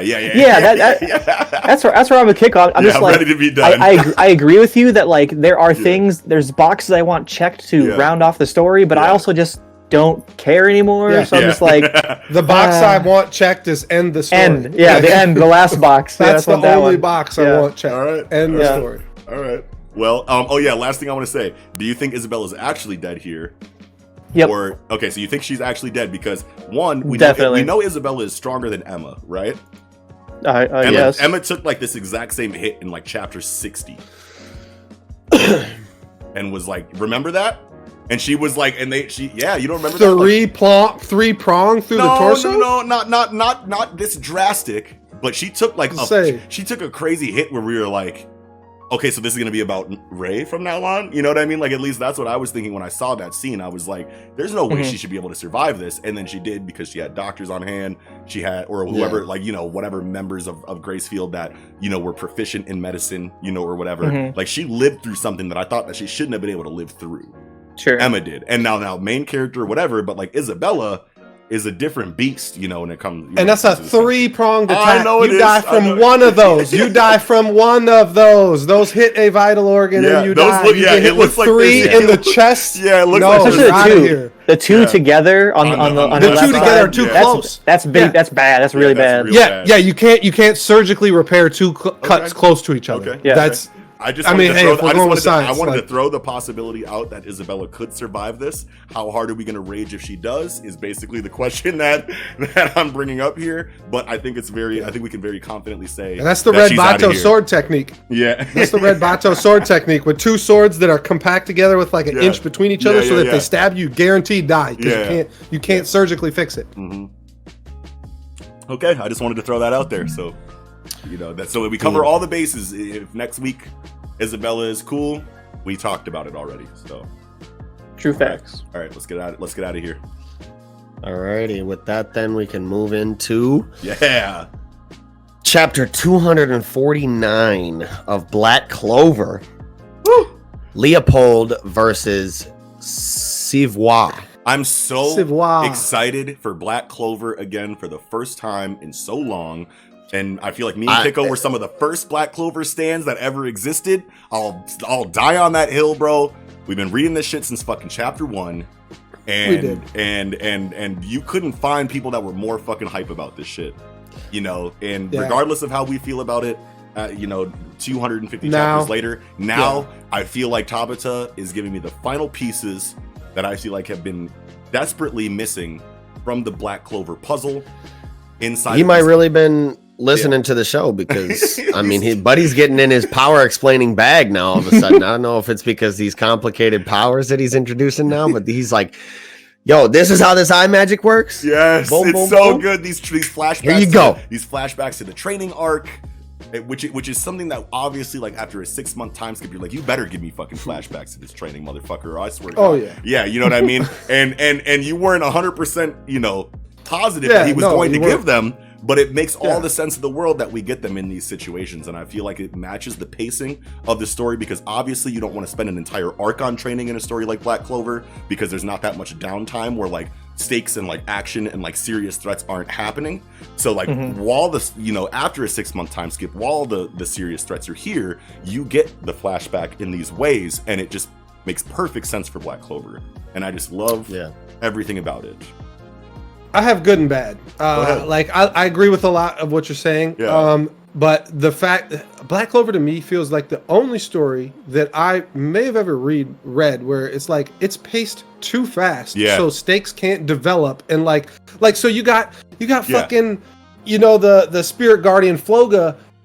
He doesn't even get a shot on Sivwa. Sivwa says, I've never been injured ever. That's right. How did fucking Leopold spend 6 months training with this guy and he can't even get a hit in? Fuck that. Like, that's give the Spirit Guardian a little bit more time. Just a little bit. That's my bad. Like you can't just like off screen all these guys and say they got one shot and they didn't even inflict any damage at all. And then Leopold, the Greenhorn recruit under Floga, handles you. You know what I'm saying? Yeah. That's very weird. And I feel like Tabata tries to justify it because of the fucking Mario Leone and Fuego Leone lineage, which is fine. The good. I feel like that's kind of the good stuff. Yeah. And that whole entire thing was cool. I love to see that. You know what I mean? Yeah. And it's very good development, for Leopold there, and that's cool. If you want to focus it all on Leopold, then that's fine. But there is a major inconsistency there in Floga, and I agree with you. And I hadn't even thought about that when I first went through the chapter. All the Spirit Guardians thus far. And if Gaja don't have a full power fight, I'm gonna be mad. I'm gonna be mad too. Gaja better fucking lightning shock somebody. Yeah, he's gonna be the only one that really gets a crazy spotlight, obviously, because the rest have been cooked already. But it's like these threats don't feel like threats when sure, they one-shot the Spirit Guardian, and then the Greenhorn, Black Bull, whoever the fuck, Mage of the Week can beat him, and it didn't even really. So sure, that's a tight. That fucking attack is tight as fuck. The whole fucking the relic or the rune. But runes in the circle. See, Viz is talking about using another word now. He's talking about arrays.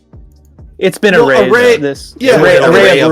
Yeah. Oh, an array of runes. Yes. Okay. Yes. Yeah. Because I was like, wait a minute, bro. Like, and the fight makes sense, I guess. Yeah. But so the other thing that's really weird to me is that when Leopold's shooting the whatever profound spiral flames, that's not true magic, yet it's using runes and an array. Yeah. And yet that fucking super crimson eruption inferno is true magic now, which I need some pieces, puzzle pieces to be fit there, because contradicts the luck fight a little bit, right? Well, and Gaja, how Gaja is harnessing actual lightning come out of the sky. It's coming down. He's harnessing it in his hand. It's shooting it. That's true magic, because I've now combined my magic with the actual element. Yeah. Like, that made sense. Yeah. Now, what the fuck does this array? Where's the fire? What is it?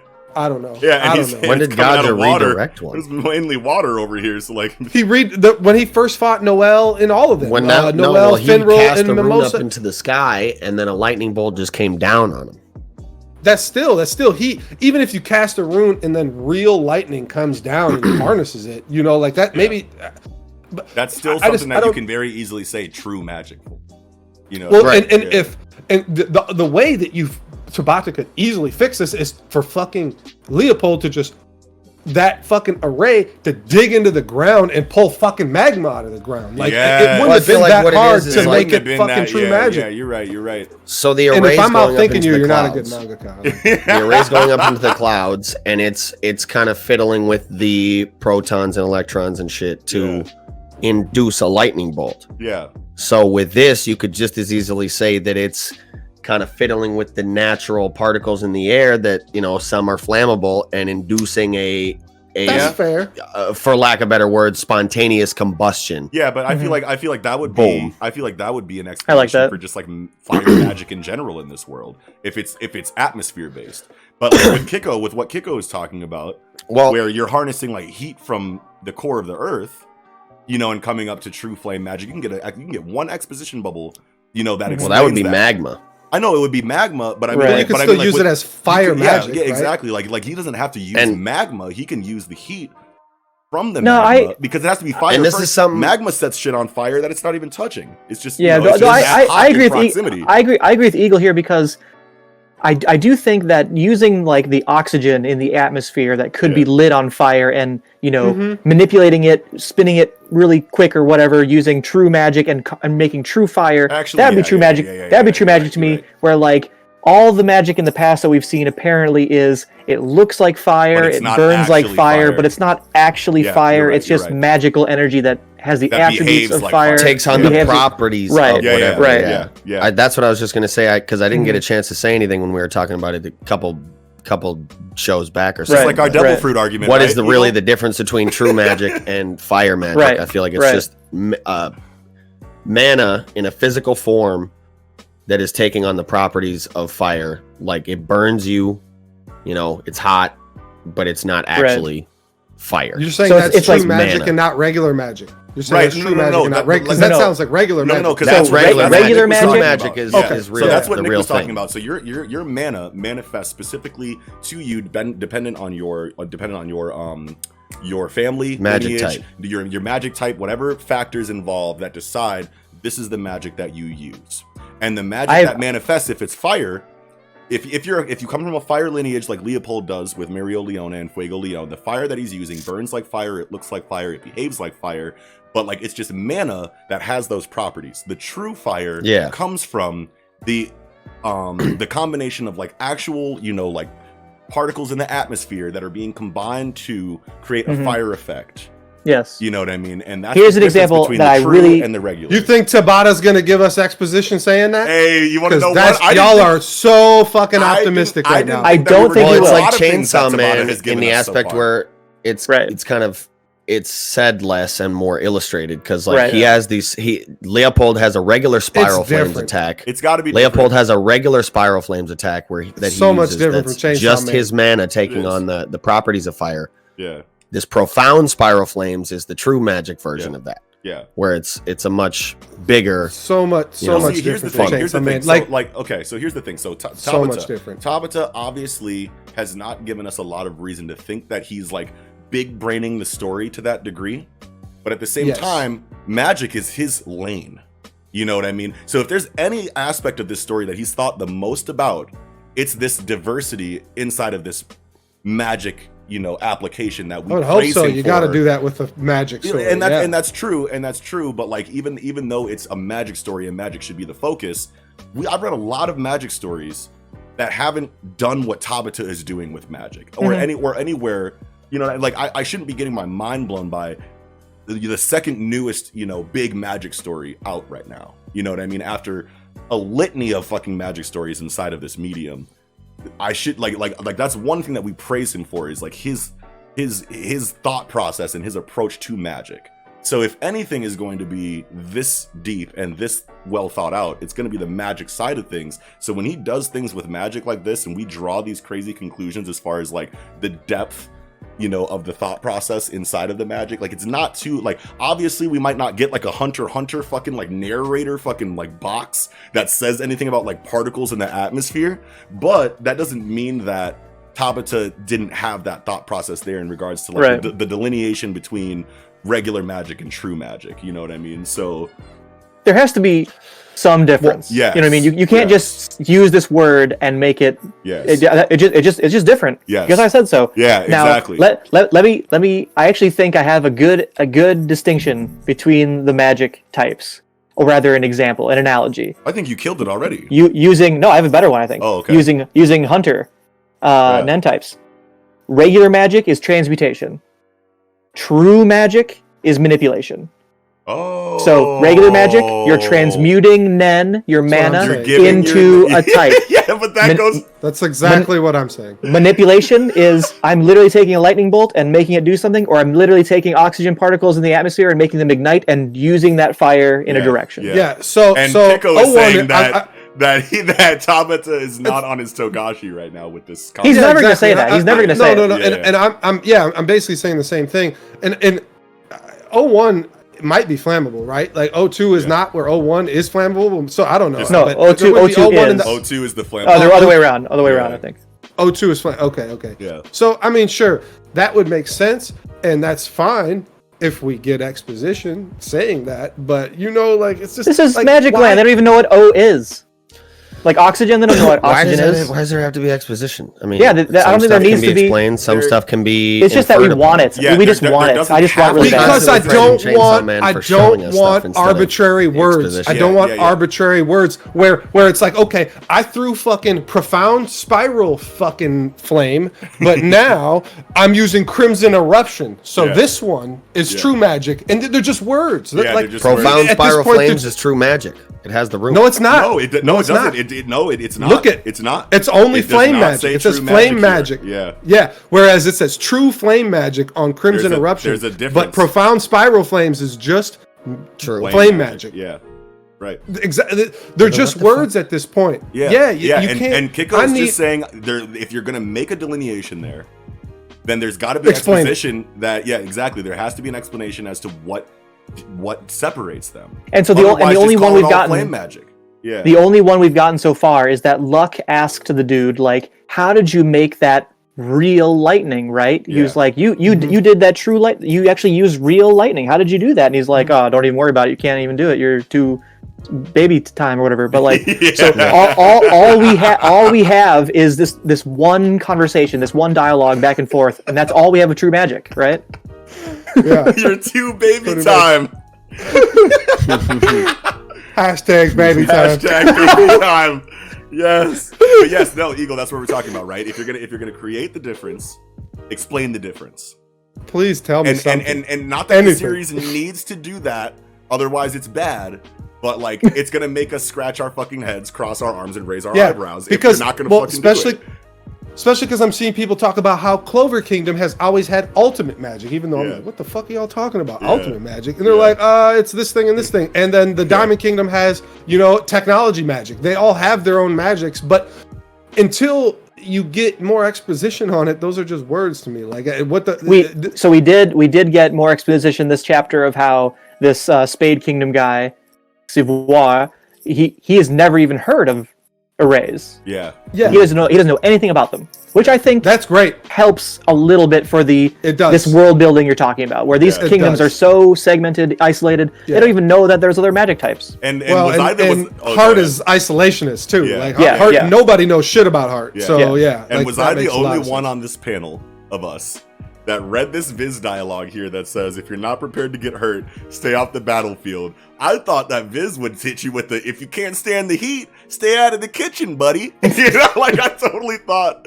we would get a cheesy ass translation like that after getting crappity crap in Chainsaw Yeah, crappity Man. crap.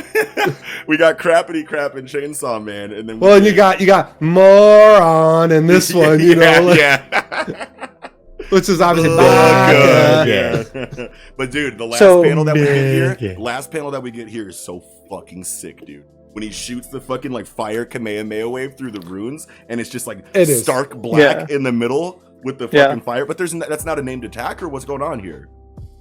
I mean, you don't gotta I mean, say every you could probably, time. you could or- probably just assume that it's the flame magic. Well, spiral. no, yeah, it's the The same one he profile. used. It's the same one he earlier. used at the Okay, it's the beginning. same Yeah. one that he used Yeah, earlier, okay. profound spiral flames. Profound yep. spiral flame. Okay, that's fine. So, what I thought about when I read this chapter, I like didn't know what I thought about it, positive or negative. Like Yeah. Me I too. mean, At there's- first, I I read. was there's very definitely a gassed cool- up. I was very there's- gassed up just because of the flashback.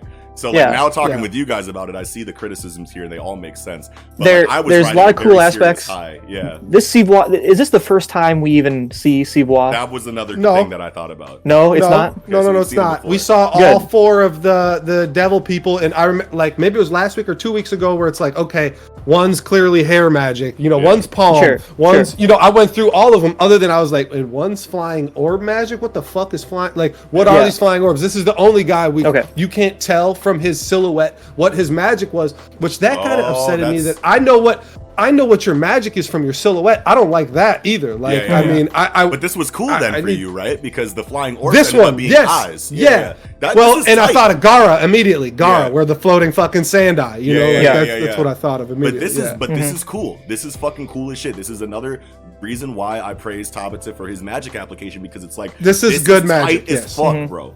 Yes. Yeah, Like, this and eye it was magic is executed cold-blooded. well. Yeah. Yeah. Yeah. Yes. And and this, that's maybe this I should villain- say some of that stuff too, Yeah, just yeah, to yeah, kind of yeah. not Yeah. be so negative, because it was this fight was executed well for their powers, Yes. and this Yeah. worked well. Yes. Yeah, Yes. Definitely. I really liked that the villain's eye magic perfectly complements, like what I'm seeing is do this sniper rifle pistol thing. Yes. I'm like, that by itself is really good. Yeah. You never see anyone do this, and it Yeah. seems super powerful to use a sniper rifle. Just condensed but raw magic. Yeah, because but I think- because my actual innate ability is these eyes. Obviously, I can't just shoot eyes at you. Tabata no, coulda did that. But like, But he but of said, course, no, like this you is can't with aim a gun advantage. that far without Yeah. those eyes. Yeah. which I think is, Yeah. I think Yes. those work really well together. I thought that was They very do. good. I They just do. yeah. They do. Yeah. But like, And a I was just criticism- down in the sniping position. He's actually on his stomach. This, like, reminds you know, this in reminds sniping me of Well, Hunter and Hunter Chimera Ant arc with fucking Yep. Icalgo Yeah. before he becomes a good guy, shooting fucking Killua with the bugs, and then Yep. Killua has to like use like mini N to like see the trajectory of the attacks coming to him and Yep. find out the sniper position. This motherfucker said, "All right, I got you." Like this, Yeah. it's Yeah. like Oh, it yeah. really feels like that. Like he like leaned over and looked at his fucking test answers real quick. right. Oh, yeah. Oh, Well, and I yeah. really One- like that he didn't just take the easy route and have the eyes shooting beams at him and Yes, shit. Yeah, yes, oh, yeah, yes, oh, yeah. that's what I'm That- saying. I'd be That very was something upset I by was that. really like when I saw the eyes floating. I'm like, Oh, it's gonna be eye beams. All right, bet. But For no, real. But no, he was like, "This is my magic. Is the eyes? I can see everything. Whatever the applications of the eyes that they went into is really fucking cool." Separately, my damage comes from raw mana condensing and shooting. Mhm. Yeah. That's tight Mhm. as fuck, dude.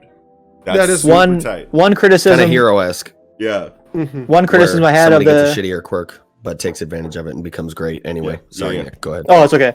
What I was gonna say, one criticism I did have of the chapter is like at the very beginning, you see all these townspeople, these villagers on the shore, and they're like not far away. You can easily see how far away they are. There's some rocks that where Leo is, and there's some more rocks, Yeah. and then there's them on the shore. Yeah. Did And they get burned?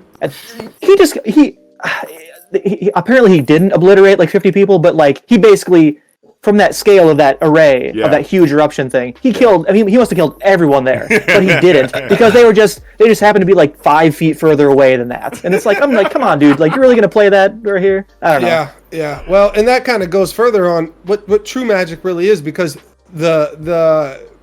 we've talked about this before. Like magic, you have to intend to hurt somebody with your magic. Like where you have, That's you know, true, too. Mario Yeah, we talked Leona and about she that. puts her fucking fire Flame claw, you know, on right top on of your your head. head, yeah. But you would think true magic, if you're actually harnessing the actual that element, it's indiscriminate. Yeah. indiscriminate. Yeah, Yeah, exactly. They So- did at least but- say like, "Whoa, this is hot" or whatever. I've right? never seen Like, an array like this. I think that's what they said. Well, and the fight was moving they were putting their arms up like this, like blocking heat. Yeah. Oh, okay. Yeah. And it made the fire. And the fight like, was moving. And the fight Yeah. was moving. You know. Yeah, I yeah. don't know. Mostly, I'm just like, Well, I didn't like the Well, because- scaling of the. because Leopold shoots the spiral flame, you know, final flash at him, and then he definitely does. Oh, Yeah, he you know, does. He together. does. Yeah, wow. But so he shoots the sniper, and the sniper says, "I'll move every time the amount of distance I need to keep you in my safe distance." So he Right, moved. right. Leopold moved, and you know, you just Oh, have to okay. infer that they moved away from the city. Sure. And that was Well, the direction.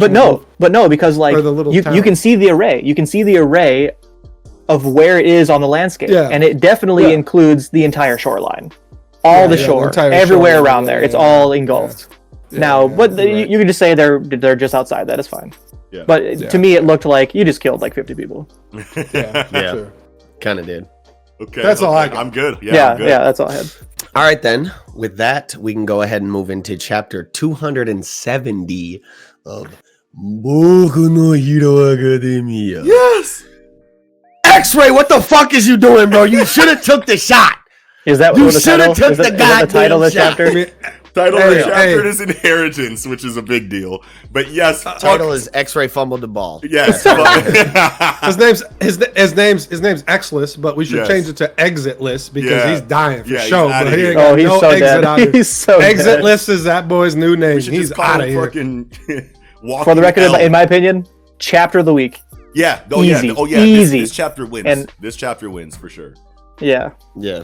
Yeah, Wow. something kind of clicked to me on this one, which it kind of like, I don't know, fit kind of my problems with Hero together. To I might not have any more problems with Hero anymore now. Like, okay, here it is. Here's the big thing. Here's Go I'm just gonna crazy. get it out. Go Here's the crazy. big- Hit the us. big shit. The big shit is that Yes.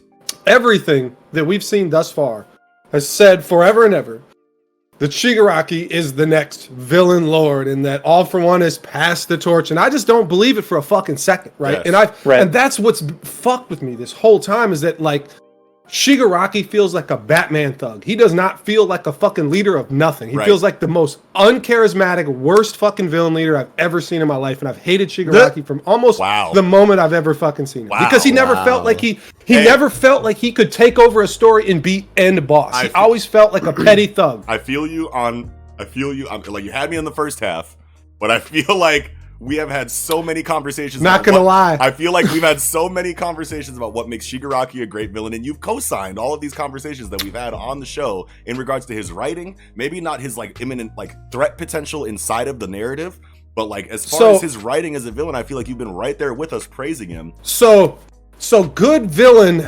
it's so subjective, and there's like Yeah. there's a huge spectrum on what a good villain is. He is a good villain for what I feel is his destiny, for where he is. Oh, like okay, I so feel he inside fits of his- perfectly where he is. Yeah. Okay. Fucking okay. All For One oozes style and Yeah, dread, and yeah. he is the actual end boss. There's no fucking way that fucking All For One gave Shigaraki his actual quirk. He gave a fucking clone of his quirk. There's no fucking way in Yeah, hell yeah. All For One gave him his actual quirk. All For One is meticulous, self-serving, patient, manipulative. He is by far the fucking true villain of this story. And it finally makes sense. Like, Shigaraki is a pawn, as was Stain. Stain's in prison right now with All For One. Yeah. Is that a coincidence? They're in the same prison. I feel like Stain was used as a probe, and Stain doesn't even know it. He used Stain's ideals against him to probe Shigaraki and see if Shigaraki can be used as far as this pawn. That, and this finally just makes sense to me because, like,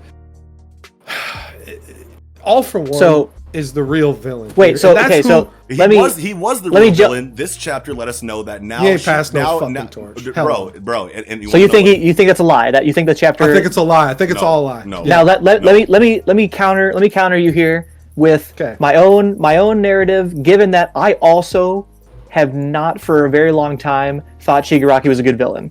Now, I'm sure y'all have had conversations about these, all the villains I before. think he's good as a joined the thug pod. villain who runs a Now- fucking small time fucking villain. But- crew. but I let me feel just like say he's good that- for that.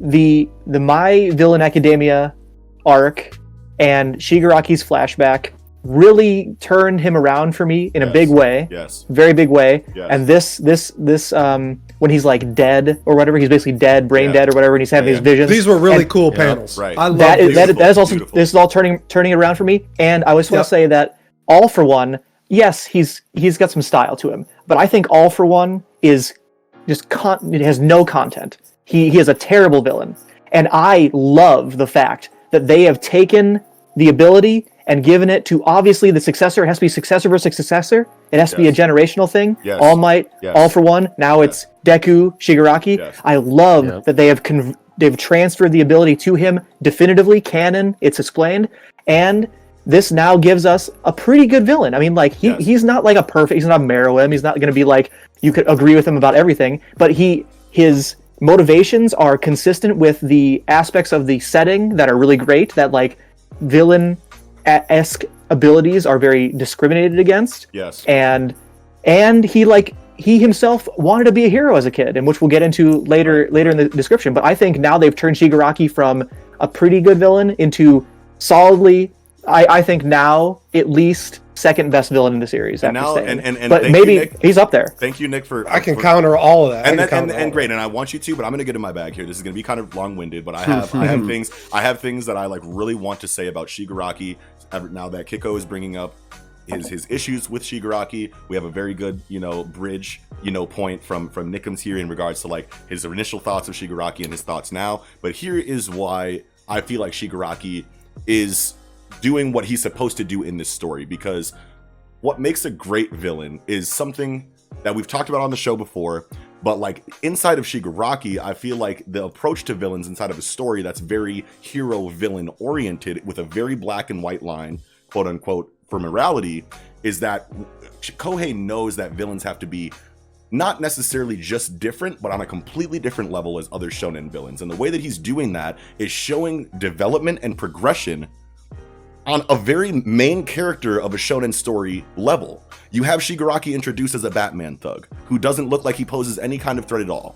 And then he has these very minor Not on a wins. mass scale. Yeah, I mean, he's got yeah, a good quirk, like, but not on a mass scale. But Yeah. that's what I'm saying is that like he's supposed to be underwhelming as a villain in the beginning, because Deku is very underwhelming as a hero in the beginning of the fucking story. That makes sense, sure. Exactly. So then we see these parallel progressions, and this parallel development of these characters throughout the series, handled in beautiful fashion on both sides of the spectrum, inside of the My Villain Academia arc, inside of all of Deku's training, and inside of all of Deku's amazing moments. Obviously, if you really want to dedicate exact mirrors of progression and development, that takes a lot of dedication from an author's standpoint, from villain to main character. But like, you are seeing development and progression on the side of Shigaraki and on the side of this obviously going to be primary number one villain of the story that you think that Shigaraki doesn't deserve. Maybe he doesn't need to feel like all for Deserve one. isn't the right word, but keep going. But that's what I'm saying, is that like, obviously we know that this torch passing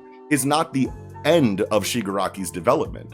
This is the start of a new era for this character. And by the end of the series, he's gonna feel a lot like All For One. You know what I mean? And you know, you might not think so. Pulled over. You might not. Horikoshi has Horikoshi. Wait, just wait. Okay, go ahead. I want to hear what you have to say. And obviously I love hearing your points on all of these things. But I feel like as of right now, even if Shigaraki is not your number one villain inside of this series, you can see that his progression throughout the series is leading him to be that by the end of it, because he's seeing progression from not that big of a deal. Okay, he's kind of like a little bit bigger of a deal now. Oh, okay, now he's got kind of like a really big deal with the implications of this new chapter. What is the next couple arcs going to say for this character? Because obviously we can probably assume that after all of this build up for this situation in this chapter, that he's not just going to be beaten here flat out and thrown in jail next to Stain and All For One. So like, no, of course not. Yeah, so that means that he's going to continue to grow as a character and a threat in the series after this, which is crazy to think about, because he's already the turning point in this entire situation. The fucking heroes had this shit wrapped up, and then fucking off-brand Cyclops fucking didn't fucking take the shot that you said he should have. The fucking big ass electrical cable ignited the fucking water that Shigaraki was laying in and jump started his fucking heart and brought him back to a fucking threatening position in this series after he has this fucking like dream sequence that is beautifully illustrated. With all super tight. I love it so much. And that Amazing. That goes into another thing that I want to bring up a little bit later.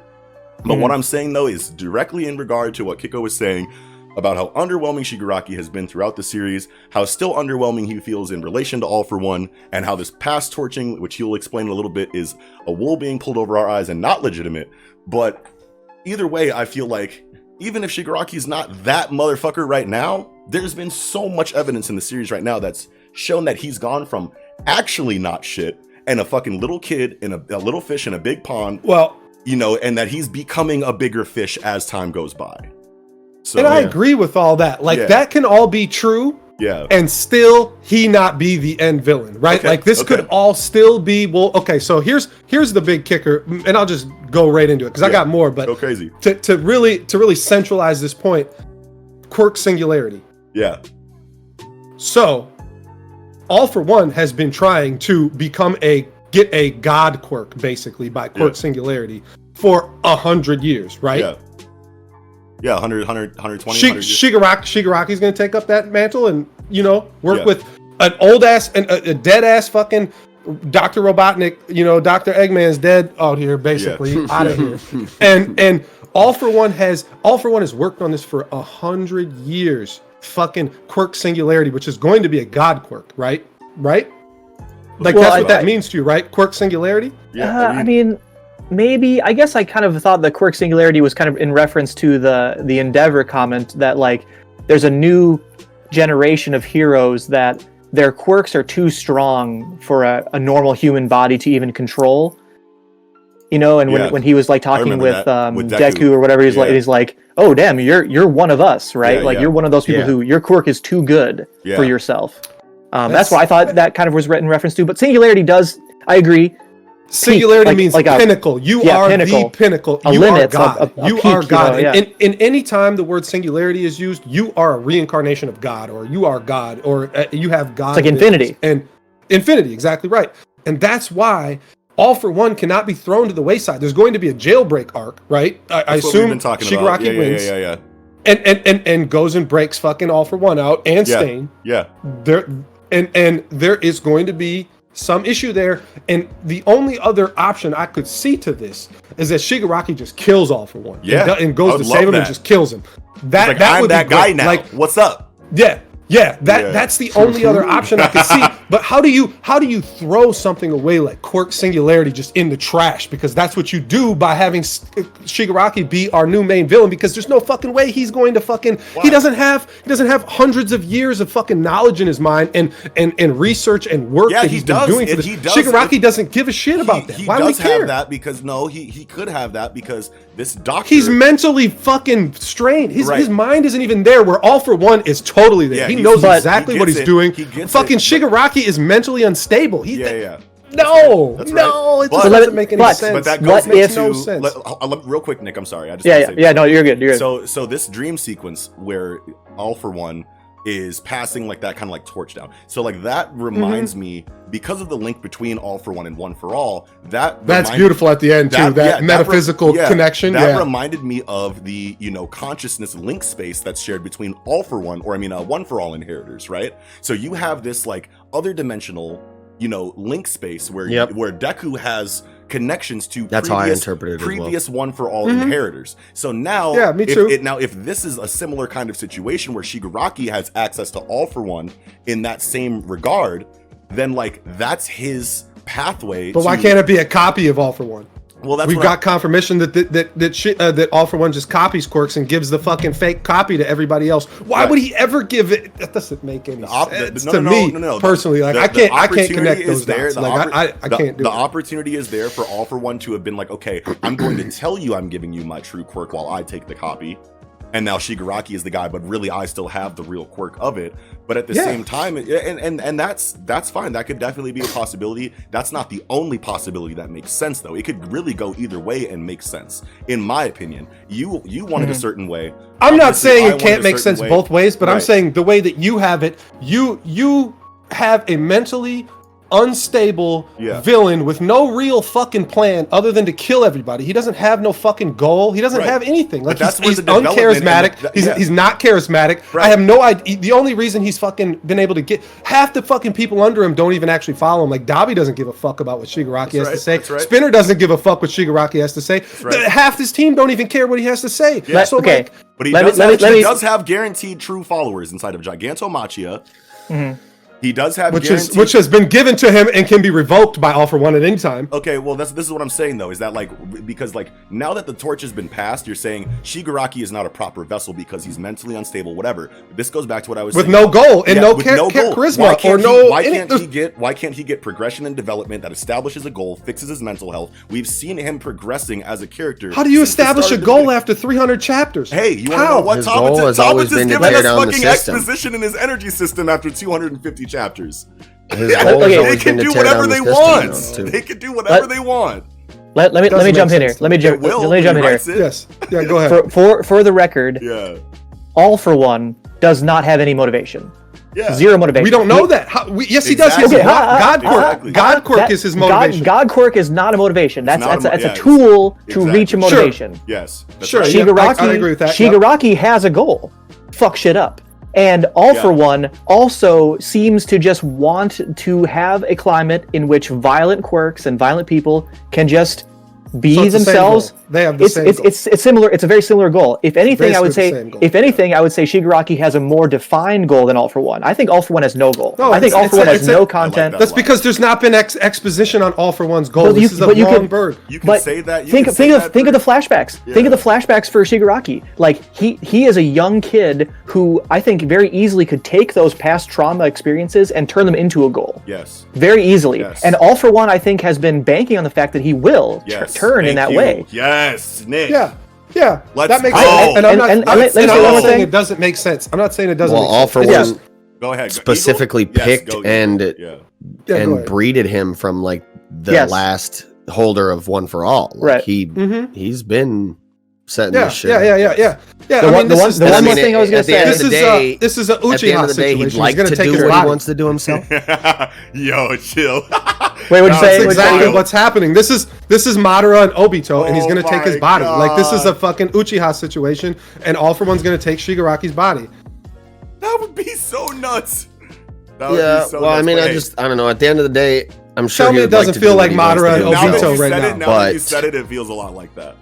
Not gonna lie, but that doesn't mean that just because like it seems one way, like it doesn't have to be that way. Just because it doesn't make No, any no, no, sense, no, just I know. because it doesn't But make any that- sense to us as the reader right now. We have no idea what Kohei's planning. Kohei's blown our minds multiple times before in the story. He just because like we can't wrap our mind around the potential future of the story doesn't mean he doesn't have it Yeah. already figured out. In a way that I he knew that agree we with wouldn't that be too, able yeah. to put it together. You know what I Sure. mean? Yeah. So it's like we just have to wait for the writing. We can say obviously week to week is the most frequent we can get this shit, and we have our speculations on that frequency.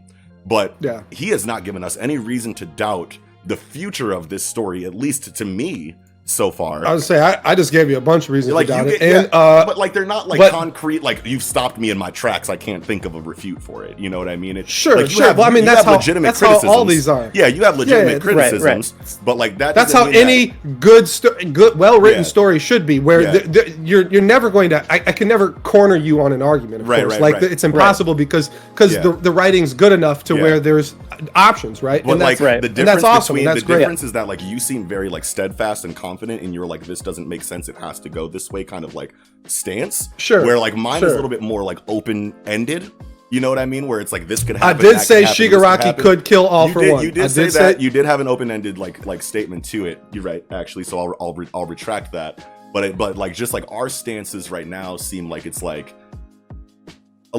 there. I don't know. You're right. No, you're right. No, what all you're saying is Yeah. right. Is that Yeah, I'm yeah. far more on the side of All for One being the final villain Yeah, and yeah. not fucking Shigaraki. And All for One could it's definitely be the final villain. That would be nuts. Well, so just think about like my previous issues with the story where I'm like, nobody kills anybody. No heroes will ever kill anybody. Even though that's not, and it's all this morality standpoint. Yeah. The heroes, they live higher. But Mirko was going to kill fucking Shigaraki. That's just not true. Like, that's subjective, and or maybe not subjective. That's case by case basis. Yeah, you know, like you have to know the motivation of that hero. Mirko would have kicked fucking Shigaraki's head down the block, clean off his shoulders, and we know it. She says, kill that motherfucker right now. Kill him. Yeah. Don't let him get up. Yes. Don't let him get up. Yes. And that's why we know that's not true. Like, that's a case by case basis thing. And sure, if 85 or 90% of the cases are, we won't kill anybody under any circumstance because we have no like historical reference, which they do. They know that this is what's going to happen if they don't actually like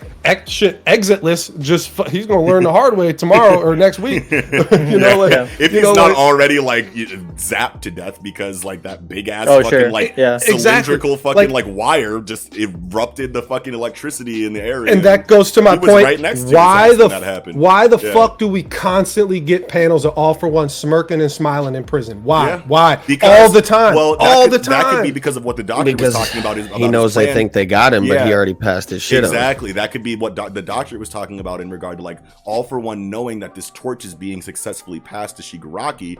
Just because he's smiling and smirking in prison doesn't mean that it's because he knows himself to be the end boss. It could be this plan inside of Shigaraki going swimmingly and him knowing that the heroes are not ready for that kind of development. Yeah. It just and I think something that for me solidifies it beyond the shadow of a doubt is that One For All and All For One are linked, right? They're tied together definitively. Yes. When Shigaraki gets revived at the end of the chapter, Deku knows it. He feels it. He feels that link, and that's that definitely.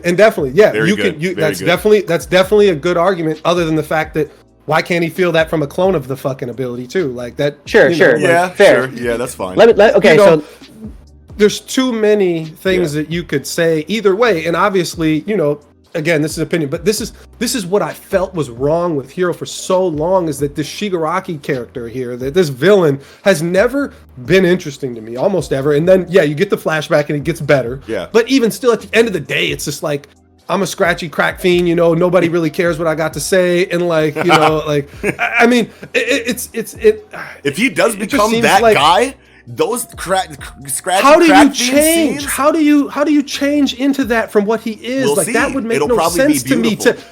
It'll probably to a stylistic like dreadful villain that has like charisma that actually can like coerce people to his own side. Where it's not like because that was at the end of the My Villain Academia arc. He went through that change. Did he ever really coerce anybody on his side though? I feel like it's all been like substantial or consequential or whatever. Circumstantial. That's what I'm thinking looking of. for. It as like a black and white switch from Shigaraki to All For One. There could be so much development of his character in between who he is. Yeah, there needs to be 1,000 chapters in this manga, and 200 of them need to be Shigaraki's changing. We don't know how he'll fucking do it. But you want to know what? I'm confident that he knows what character psychology is, and that he knows how to write it, and that if there's going to be anybody that's going to create this switch, it's going to be fucking Horikoshi Kohei, arguably the best character writer in Jump right now.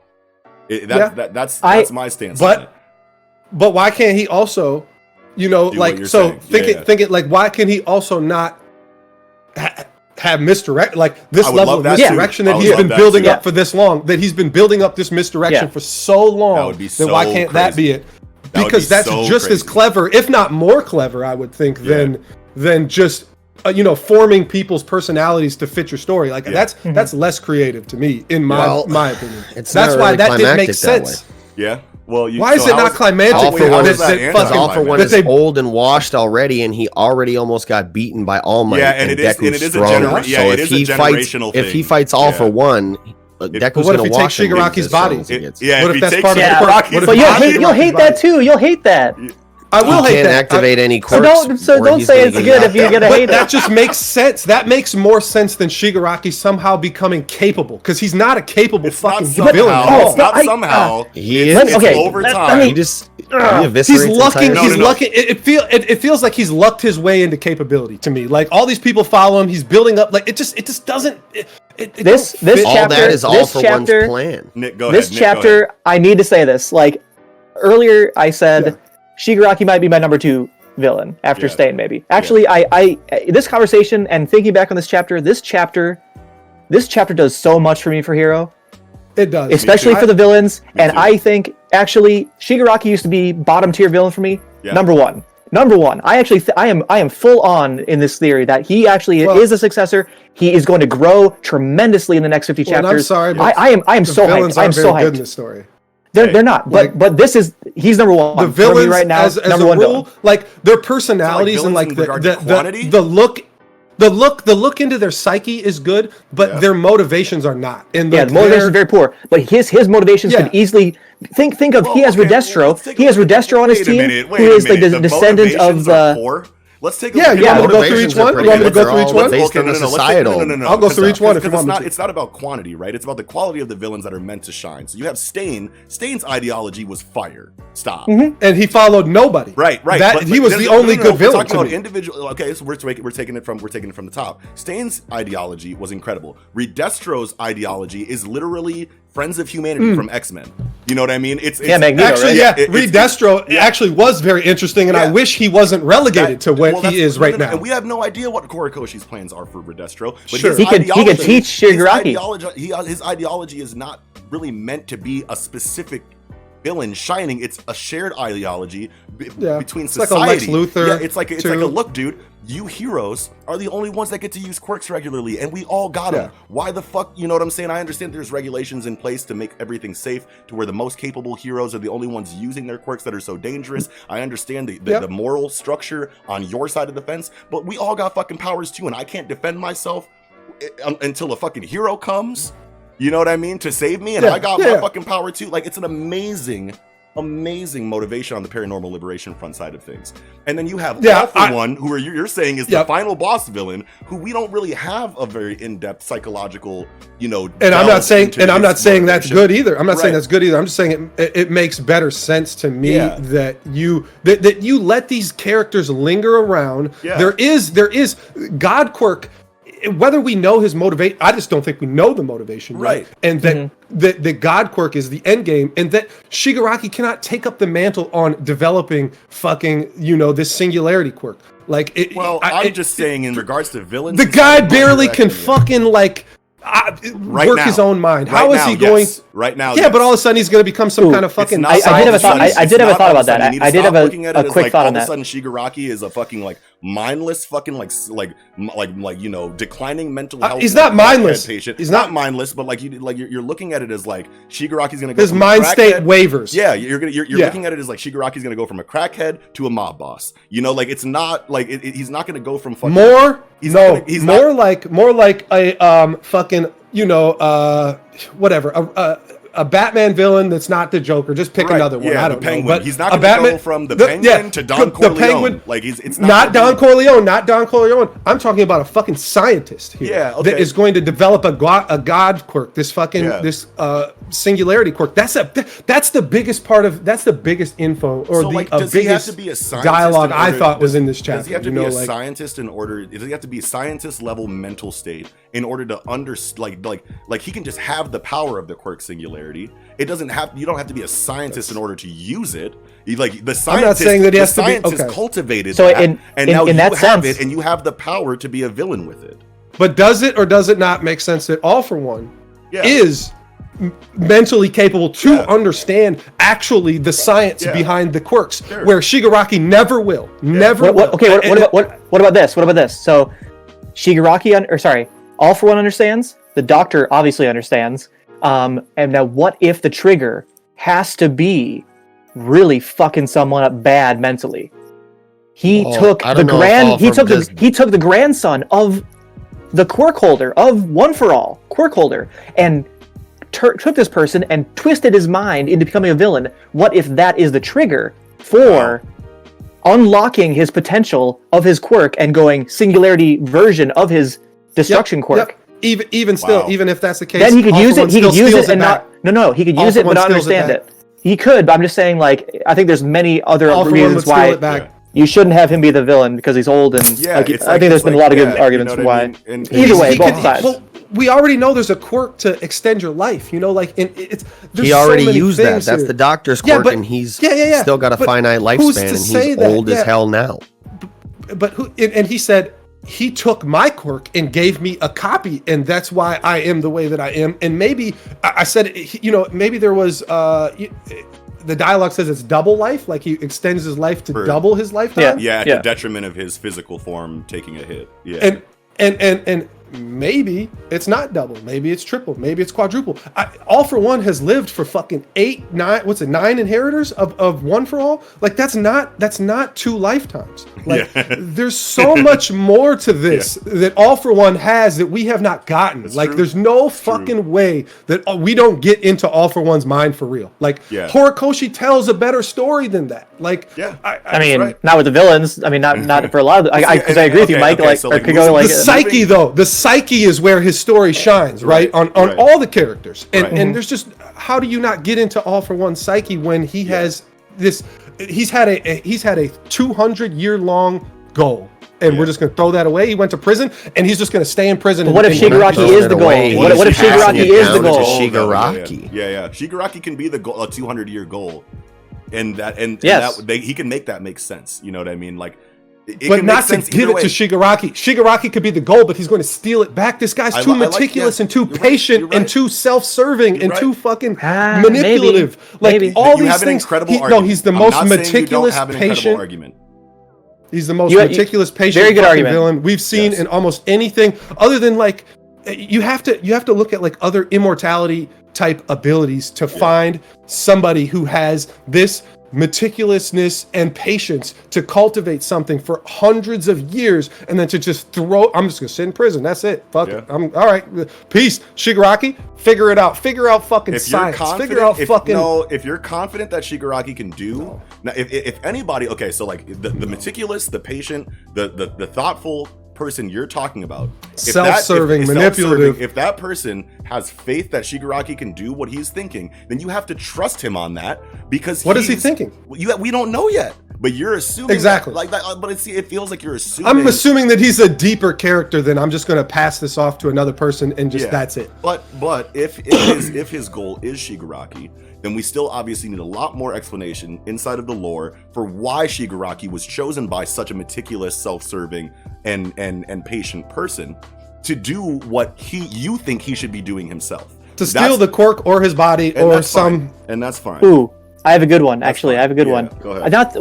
At some point, we got to get to the chapter. Yeah. But let me just say that, okay, so take All Might. Yeah. The shining example of justice in the world. Yes. Right? Yes. His predecessor, Shigaraki's grandma or whatever. Yeah. Mm-hmm.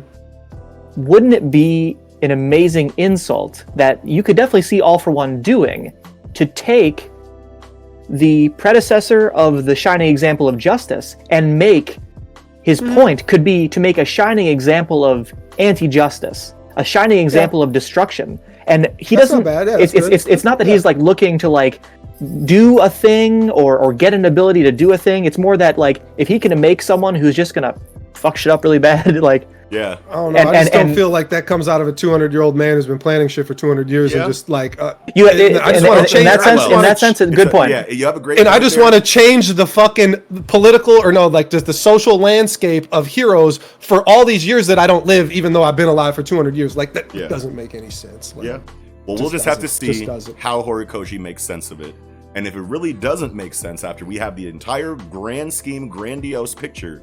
Then we can talk 800 about it. chapters. We can talk about it at that point.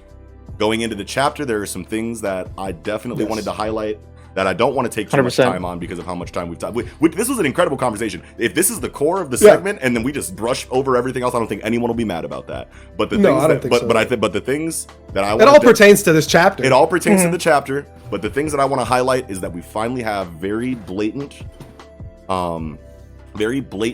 extent of the influence of Mr. Sinister inside of this doctor.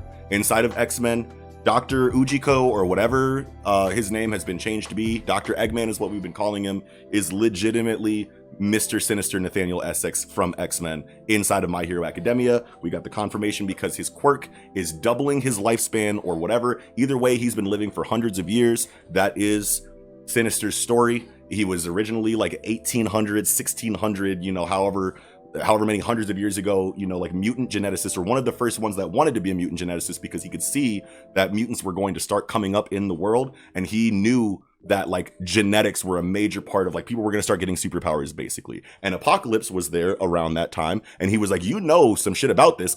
Apocalypse didn't even know what mutants were back then, but he was like, you know what the fuck you're talking about. You want to be immortal and you could just ride with me and tell me about mutant genetics for like the rest of time. And Nathaniel X's, you know, Mr. Sinister was like, fuck yeah, give me immortality so I can study this shit for the rest of my fucking life. And then you have literally this character inside of My Hero Academia who looks at genes, who looks at quirks, who is able to combine them and do crazy fucking splicing and whatnot. This is literally Mr. Sinister, and we get confirmation of that in here. I love seeing that. Another thing I wanted to highlight is that Kohei's art seems to be scaling, and I talked about this on Twitter. Kohei's art seems to be scaling so good with the tone and intensity of the arc that we're in right now. It's just, and I don't know if it's because he's progressing personally. That Shigaraki panel, bro. I swear to God, bro. Like, oh my God, the there's art so is many tight panels so on this. much, and I don't know if it's because he's been saving this potential for scenes like these, or if it's because he's been actually progressing as an illustrator. 2 weeks. Yeah, and he's had 2 weeks. Or 2 weeks, yeah. Or he's had 2 weeks to do it. But if he's had 2 weeks to do it, then that means that he's always had this potential, and that the week-to-week illustrations that we get are just the best he can do in that time frame. But like, regardless of the reason why, if this is a progression of his illustrative capabilities that we're seeing in real time, then his peaks of his illustrative capability are perfectly timed for what's going on in the story, because right now this shit is crazy to look at. Yeah, if we're getting amazing. If we're getting character development from the mangaka alongside of the characters in his story, that's something I didn't know I needed in manga. You know what I'm saying? Like my mangaka is progressing and developing along with the story and characters. This is some next level shit.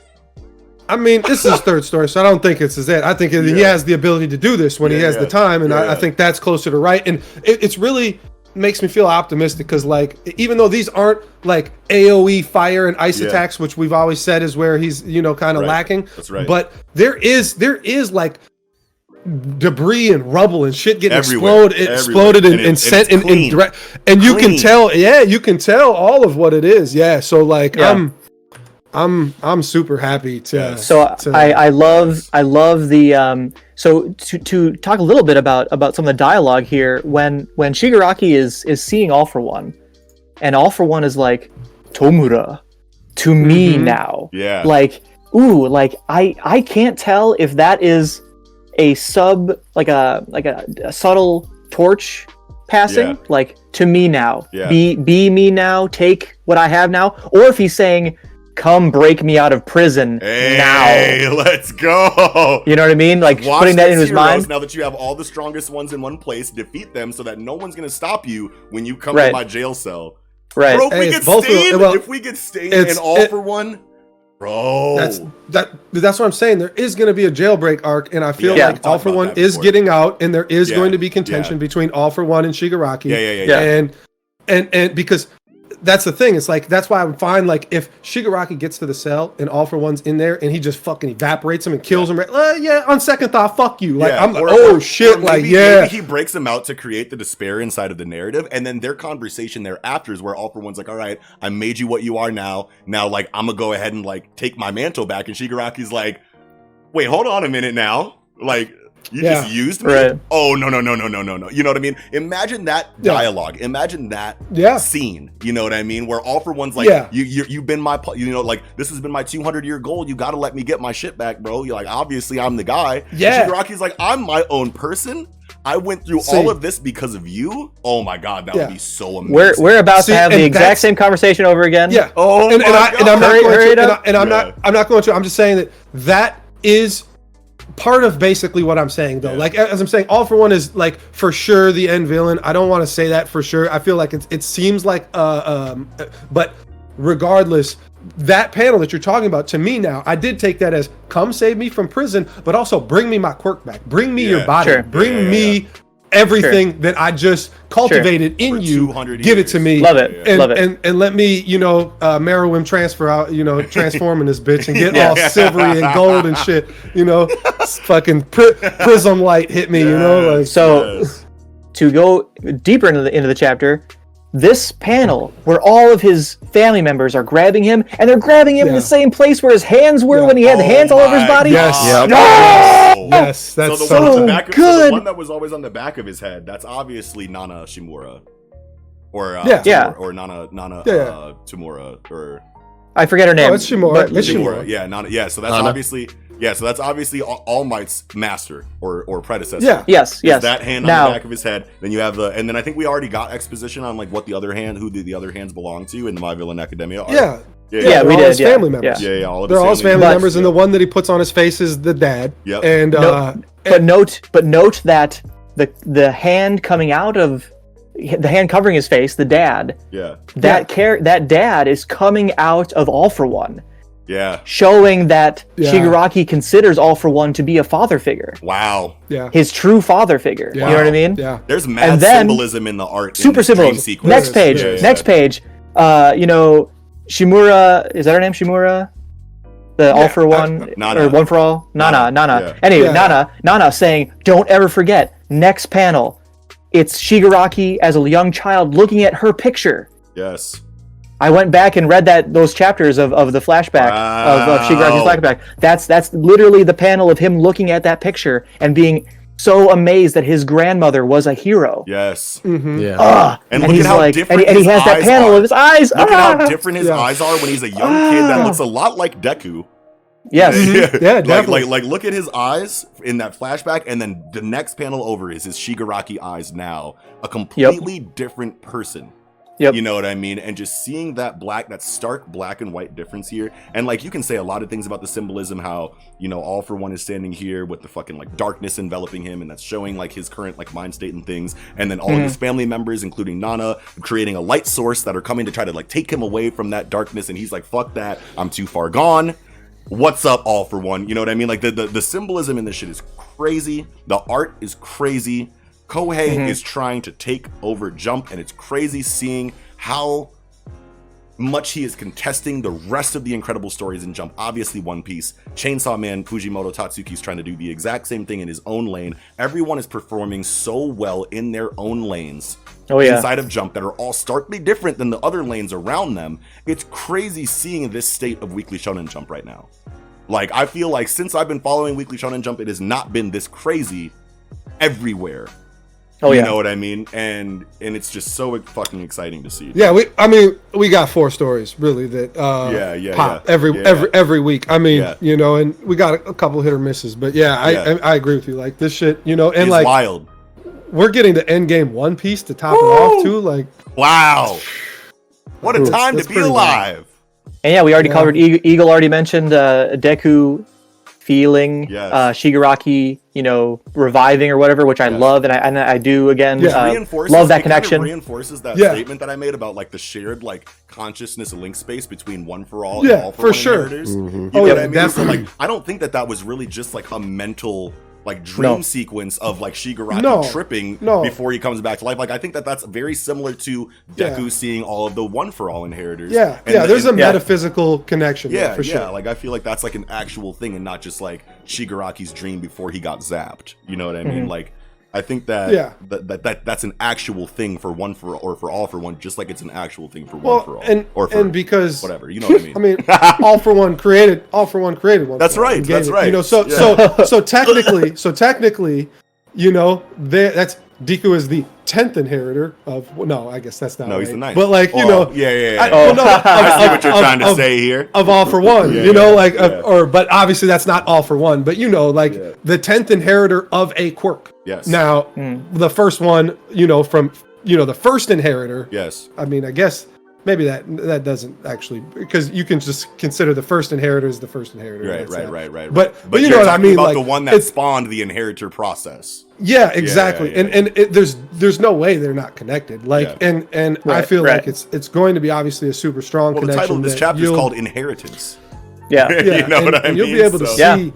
I think Deku will go into fucking Zangetsu world at some point and see, you know, some All for One shit in there, you know. Hey, I would love that. I would love that. That'd be nuts. But all right, I'm good. I think we're good. Eagle, do you have anything else you want to say? Otherwise, we can move into One Piece, right? Yeah. Well, with that, then I suppose we can move into One Piece chapter 979, Family Problem. We want to talk about this cover story, right? God. Okay. Can I just say real quick? Let's say what we have to say about the cover story, but let's really not take 15 minutes on the cover story, which could easily happen. Let's just say what we got to say and get into the chapter. Why aren't we done? Why are we back at sea? And Oven didn't kill Pound. Let's go.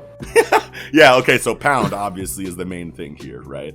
And if Pound is alive, then a lot of people have been talking about, myself included, ourselves included probably, why is Oda like taking stakes away from Whole Cake Island in that way?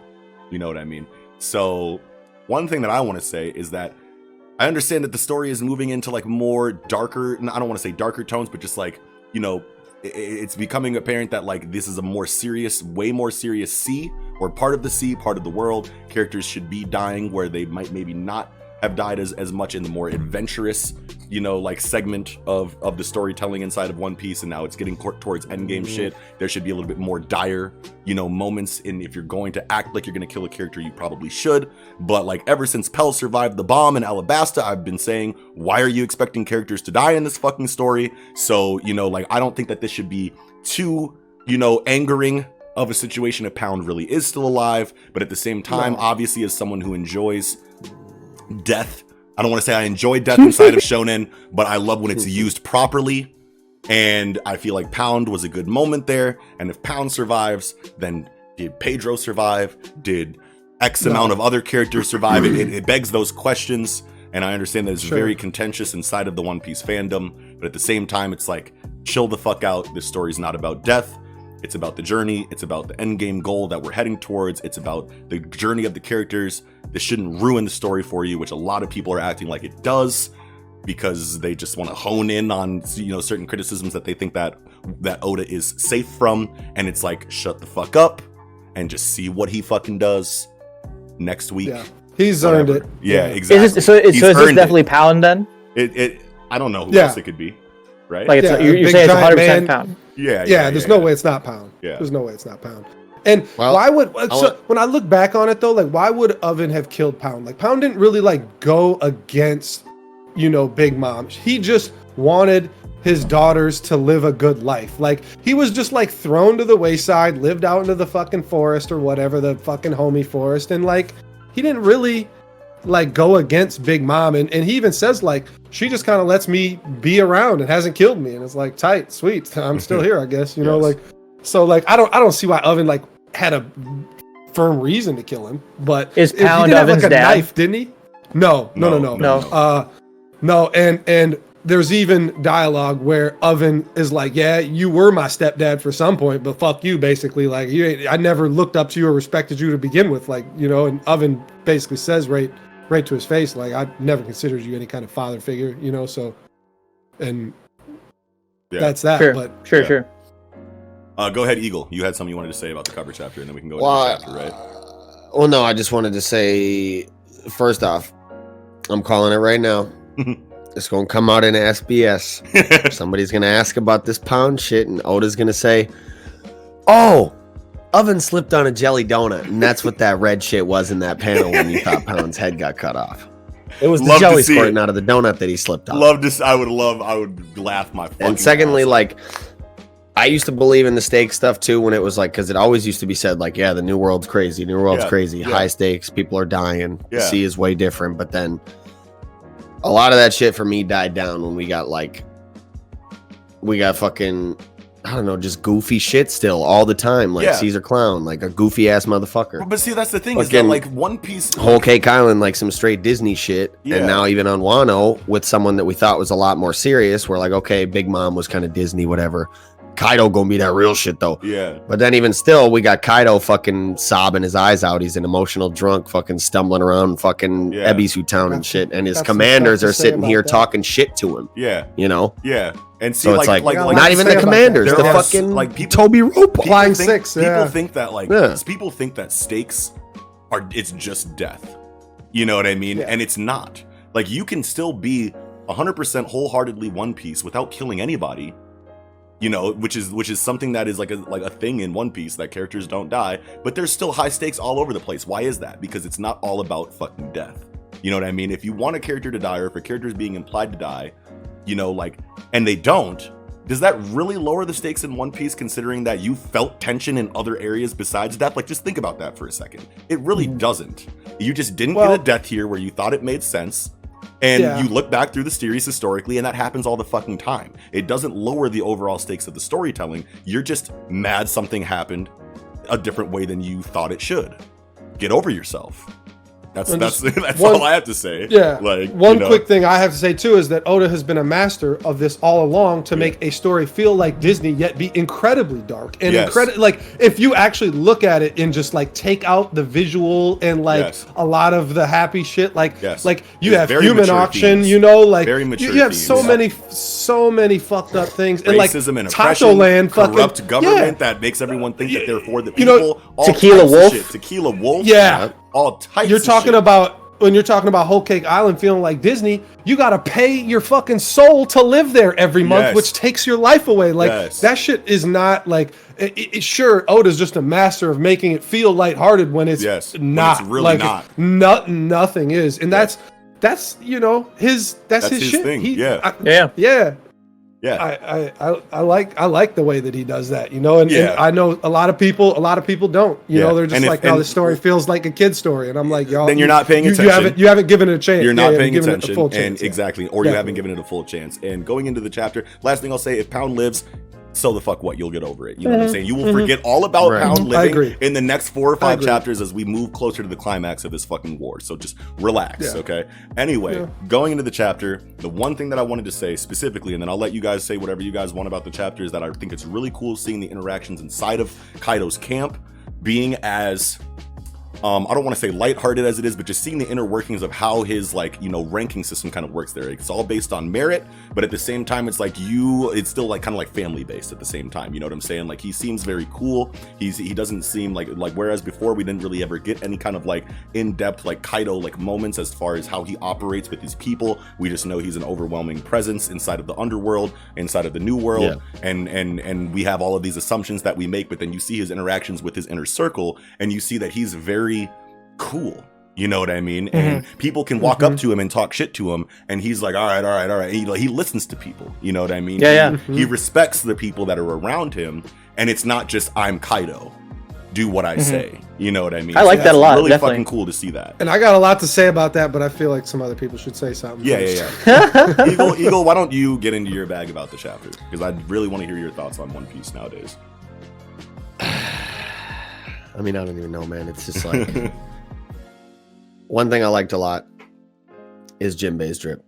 Hey, let's go. Everybody's drip is tremendous right now with the fucking Kinemon shit. Yeah. Oh my god. We get to see some of the Frankie technology. Have we? Yes, I'm happy to see those. Yes, Frankie. Yeah, we've seen them both. He said that they're upgrades though. Like, he said that they're a little bit different. They are upgrades. They are upgrades. But we don't know. We don't know in what way though. Aesthetically, they seem very similar. But I'm sure that they'll have different, you know.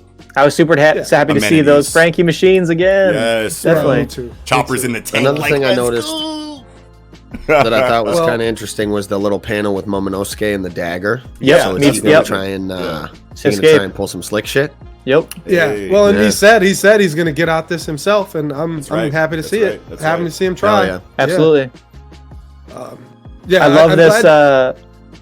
Fucking like, where's Luffy? Well, Luffy said, "I'm gonna try and go help out." It's like, no, it's gonna be terrible. And then where's Zoro? Well, Zoro went after Luffy. God damn it! He's gonna get lost. Right? Yeah, that was amazing. Yeah. I love that. Perfect. And I feel like Oda, I feel like Oda's like, okay, and maybe not like people have been complaining, so I want to give the people what they want. Maybe this is always like intended by Oda, which like things you kind of just have to assume are. But it's great that he's giving us more Straw Hat interactions, very like at the peak of the complaints that we're not getting enough of them in the New World, and especially in a situation where it says this is probably the most dire. I don't want to say the most dire, but like this is the most intense plot that we've seen in the New World so far, with the most building up to it. You have things coming from Dressrosa in this arc, obviously Whole Cake Island, obviously coming from Punk Hazard, all to this moment. You would think that in this situation, there would be the least amount of Straw Hat character moments, and we're just getting a lot of them in this time where it's supposed to be, where we're thinking it's supposed to be like action. Yeah, so it's nice. Well, and it's not just Luffy and Zoro too. It's the whole crew, like, because you get to see their reactions when Luffy's like, okay, or Luffy went to go stop fucking Kid because Kid doesn't know the plan. He said he's going to bring him back, and we can learn. All of a sudden, Luffy cares about a plan. They all got sharp teeth. They're real mad. Like, what the fuck? Y'all let him go do that? You know he's going to start a fucking problem. And then they're like, oh, no, it's okay. Zoro went to go get him, because he said that Luffy was going to screw everything up. And then they're crying on that one. They're like, but he's just going to get lost. What? Like Jinbei has no idea like how the crew works or anything. It's just like perfect interaction with the whole crew. It's like, you folks are lively as ever. That was great. It's a great way to get the whole crew involved in a very small, couple panels. And I love the Robin and Jinbei dialogue here too. Like what Nick was talking about. He's like, you guys are as lively as ever. And like Sanji tries to jump into the fucking shit with like Nami and them, and they're like, and he's like, Nami, I'm coming. What's up? Let me in. And they're like, there's no room. And he's like, well, what are you doing in here? Let me out so I can get in. And then they're like, no, we're gonna Shinobu, move around. What you doing? Yeah, exactly. And they're like, no, we're just gonna go, bro. It's all good. And then he's like, okay, well, Robin, you want to ride on my back? And she's like, nah, I'm gonna go ahead and walk, And then she has the conversation. She has the conversation with Jinbei, and she's like, you're so mature, And it's just like these characters are all still very much themselves inside of very small one dialogue, maybe two dialogue bubbles max character moments that they get. Right. And I just love how they're still very obviously themselves in such a small spotlight. So love that. Talking Chopper, Commander Chopper. Let's go.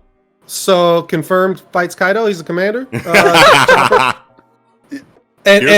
Chopper. And Chopper beats Kaido, and then his bounty only goes up 5 more belly. No, but for real, one that I thought about that makes a lot of sense is Chopper and Frankie versus Queen. You got the Kaiju battle, where Chopper's gonna monster Chopper, and Frankie's gonna, obviously General Shogun. Frankie, and it's gonna be a Kaiju battle.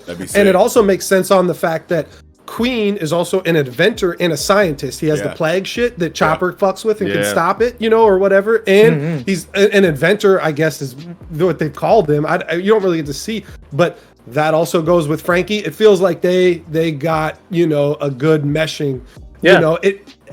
As far as like power scaling, it doesn't really make any sense because I couldn't see those two even beating Queen, but maybe they just hold him off, and it makes sense that there's like a kaiju battle for a little bit of time to stall Queen from getting somewhere.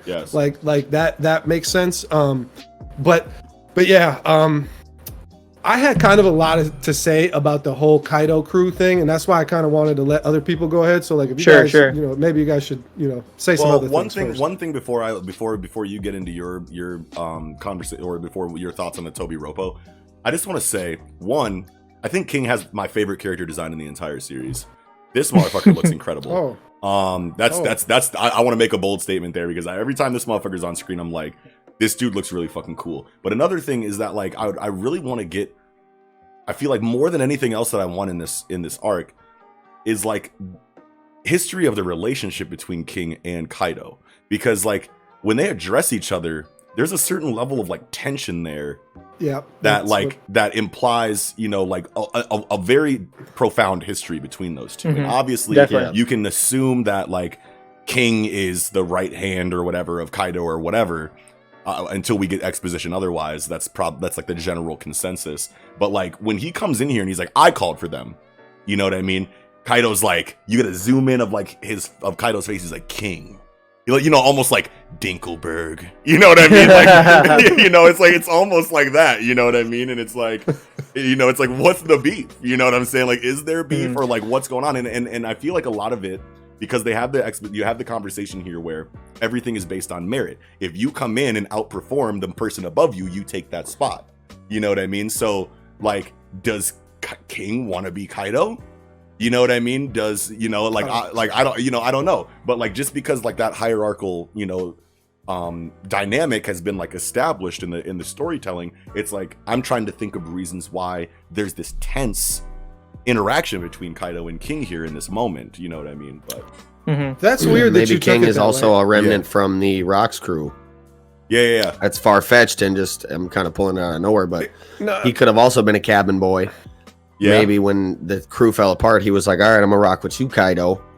Oh, And that's why Big Very, Mom very is well. kind of like also Well- seems to have a relationship with him and is like, oh, what's up? Like, when you going to come join my shit, cuz, you know? yeah. Yeah. That would be I've crazy. always been more in favor of like I think we've talked about it before that like I feel like King is a race, an unnamed race. Yeah. You know what I mean? Yeah.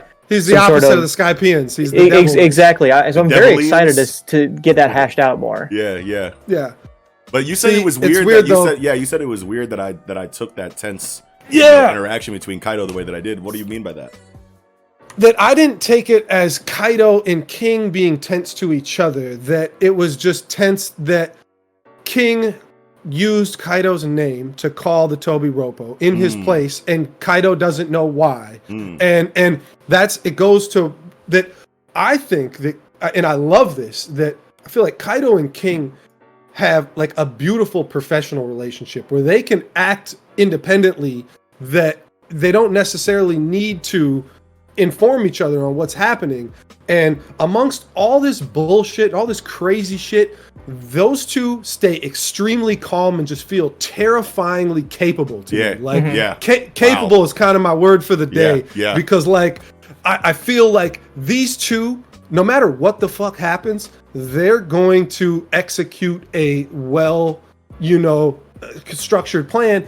And there's so much that goes to this. And Oda does just the best job of showing how these two have decades of experience together. Like, that's how it feels. And Kaido's relationship with the crew as a whole is chill. And he lets them do whatever they want for the most part. But of course, he's going to rein it in when it's time to rein. Y'all better listen or I'll fuck you up. Yeah. And that's why I think drunk Kaido is, obviously the emotional, irrational, does all this shit. But when he's not drunk, everybody, like they know, okay, like, hold on, he's Kaido's cool doing now. shit, yeah. He's cool now, but if we fucking piss him off and he gets lit, he's gonna kill us once he Yeah. gets lit. So Yeah. he can't go into a drunken stupor mad at you, because he's Right. going to kill you. Yeah. And it does seem like almost like a split personality thing, but it's not. It's just, you get drunk and shit changes. Yeah. Hey, we all know that story, right? I feel like there's a good. I think there's a good example proving your point in this chapter where, Kaido's like, why did you summon these guys, King? And King's like, well,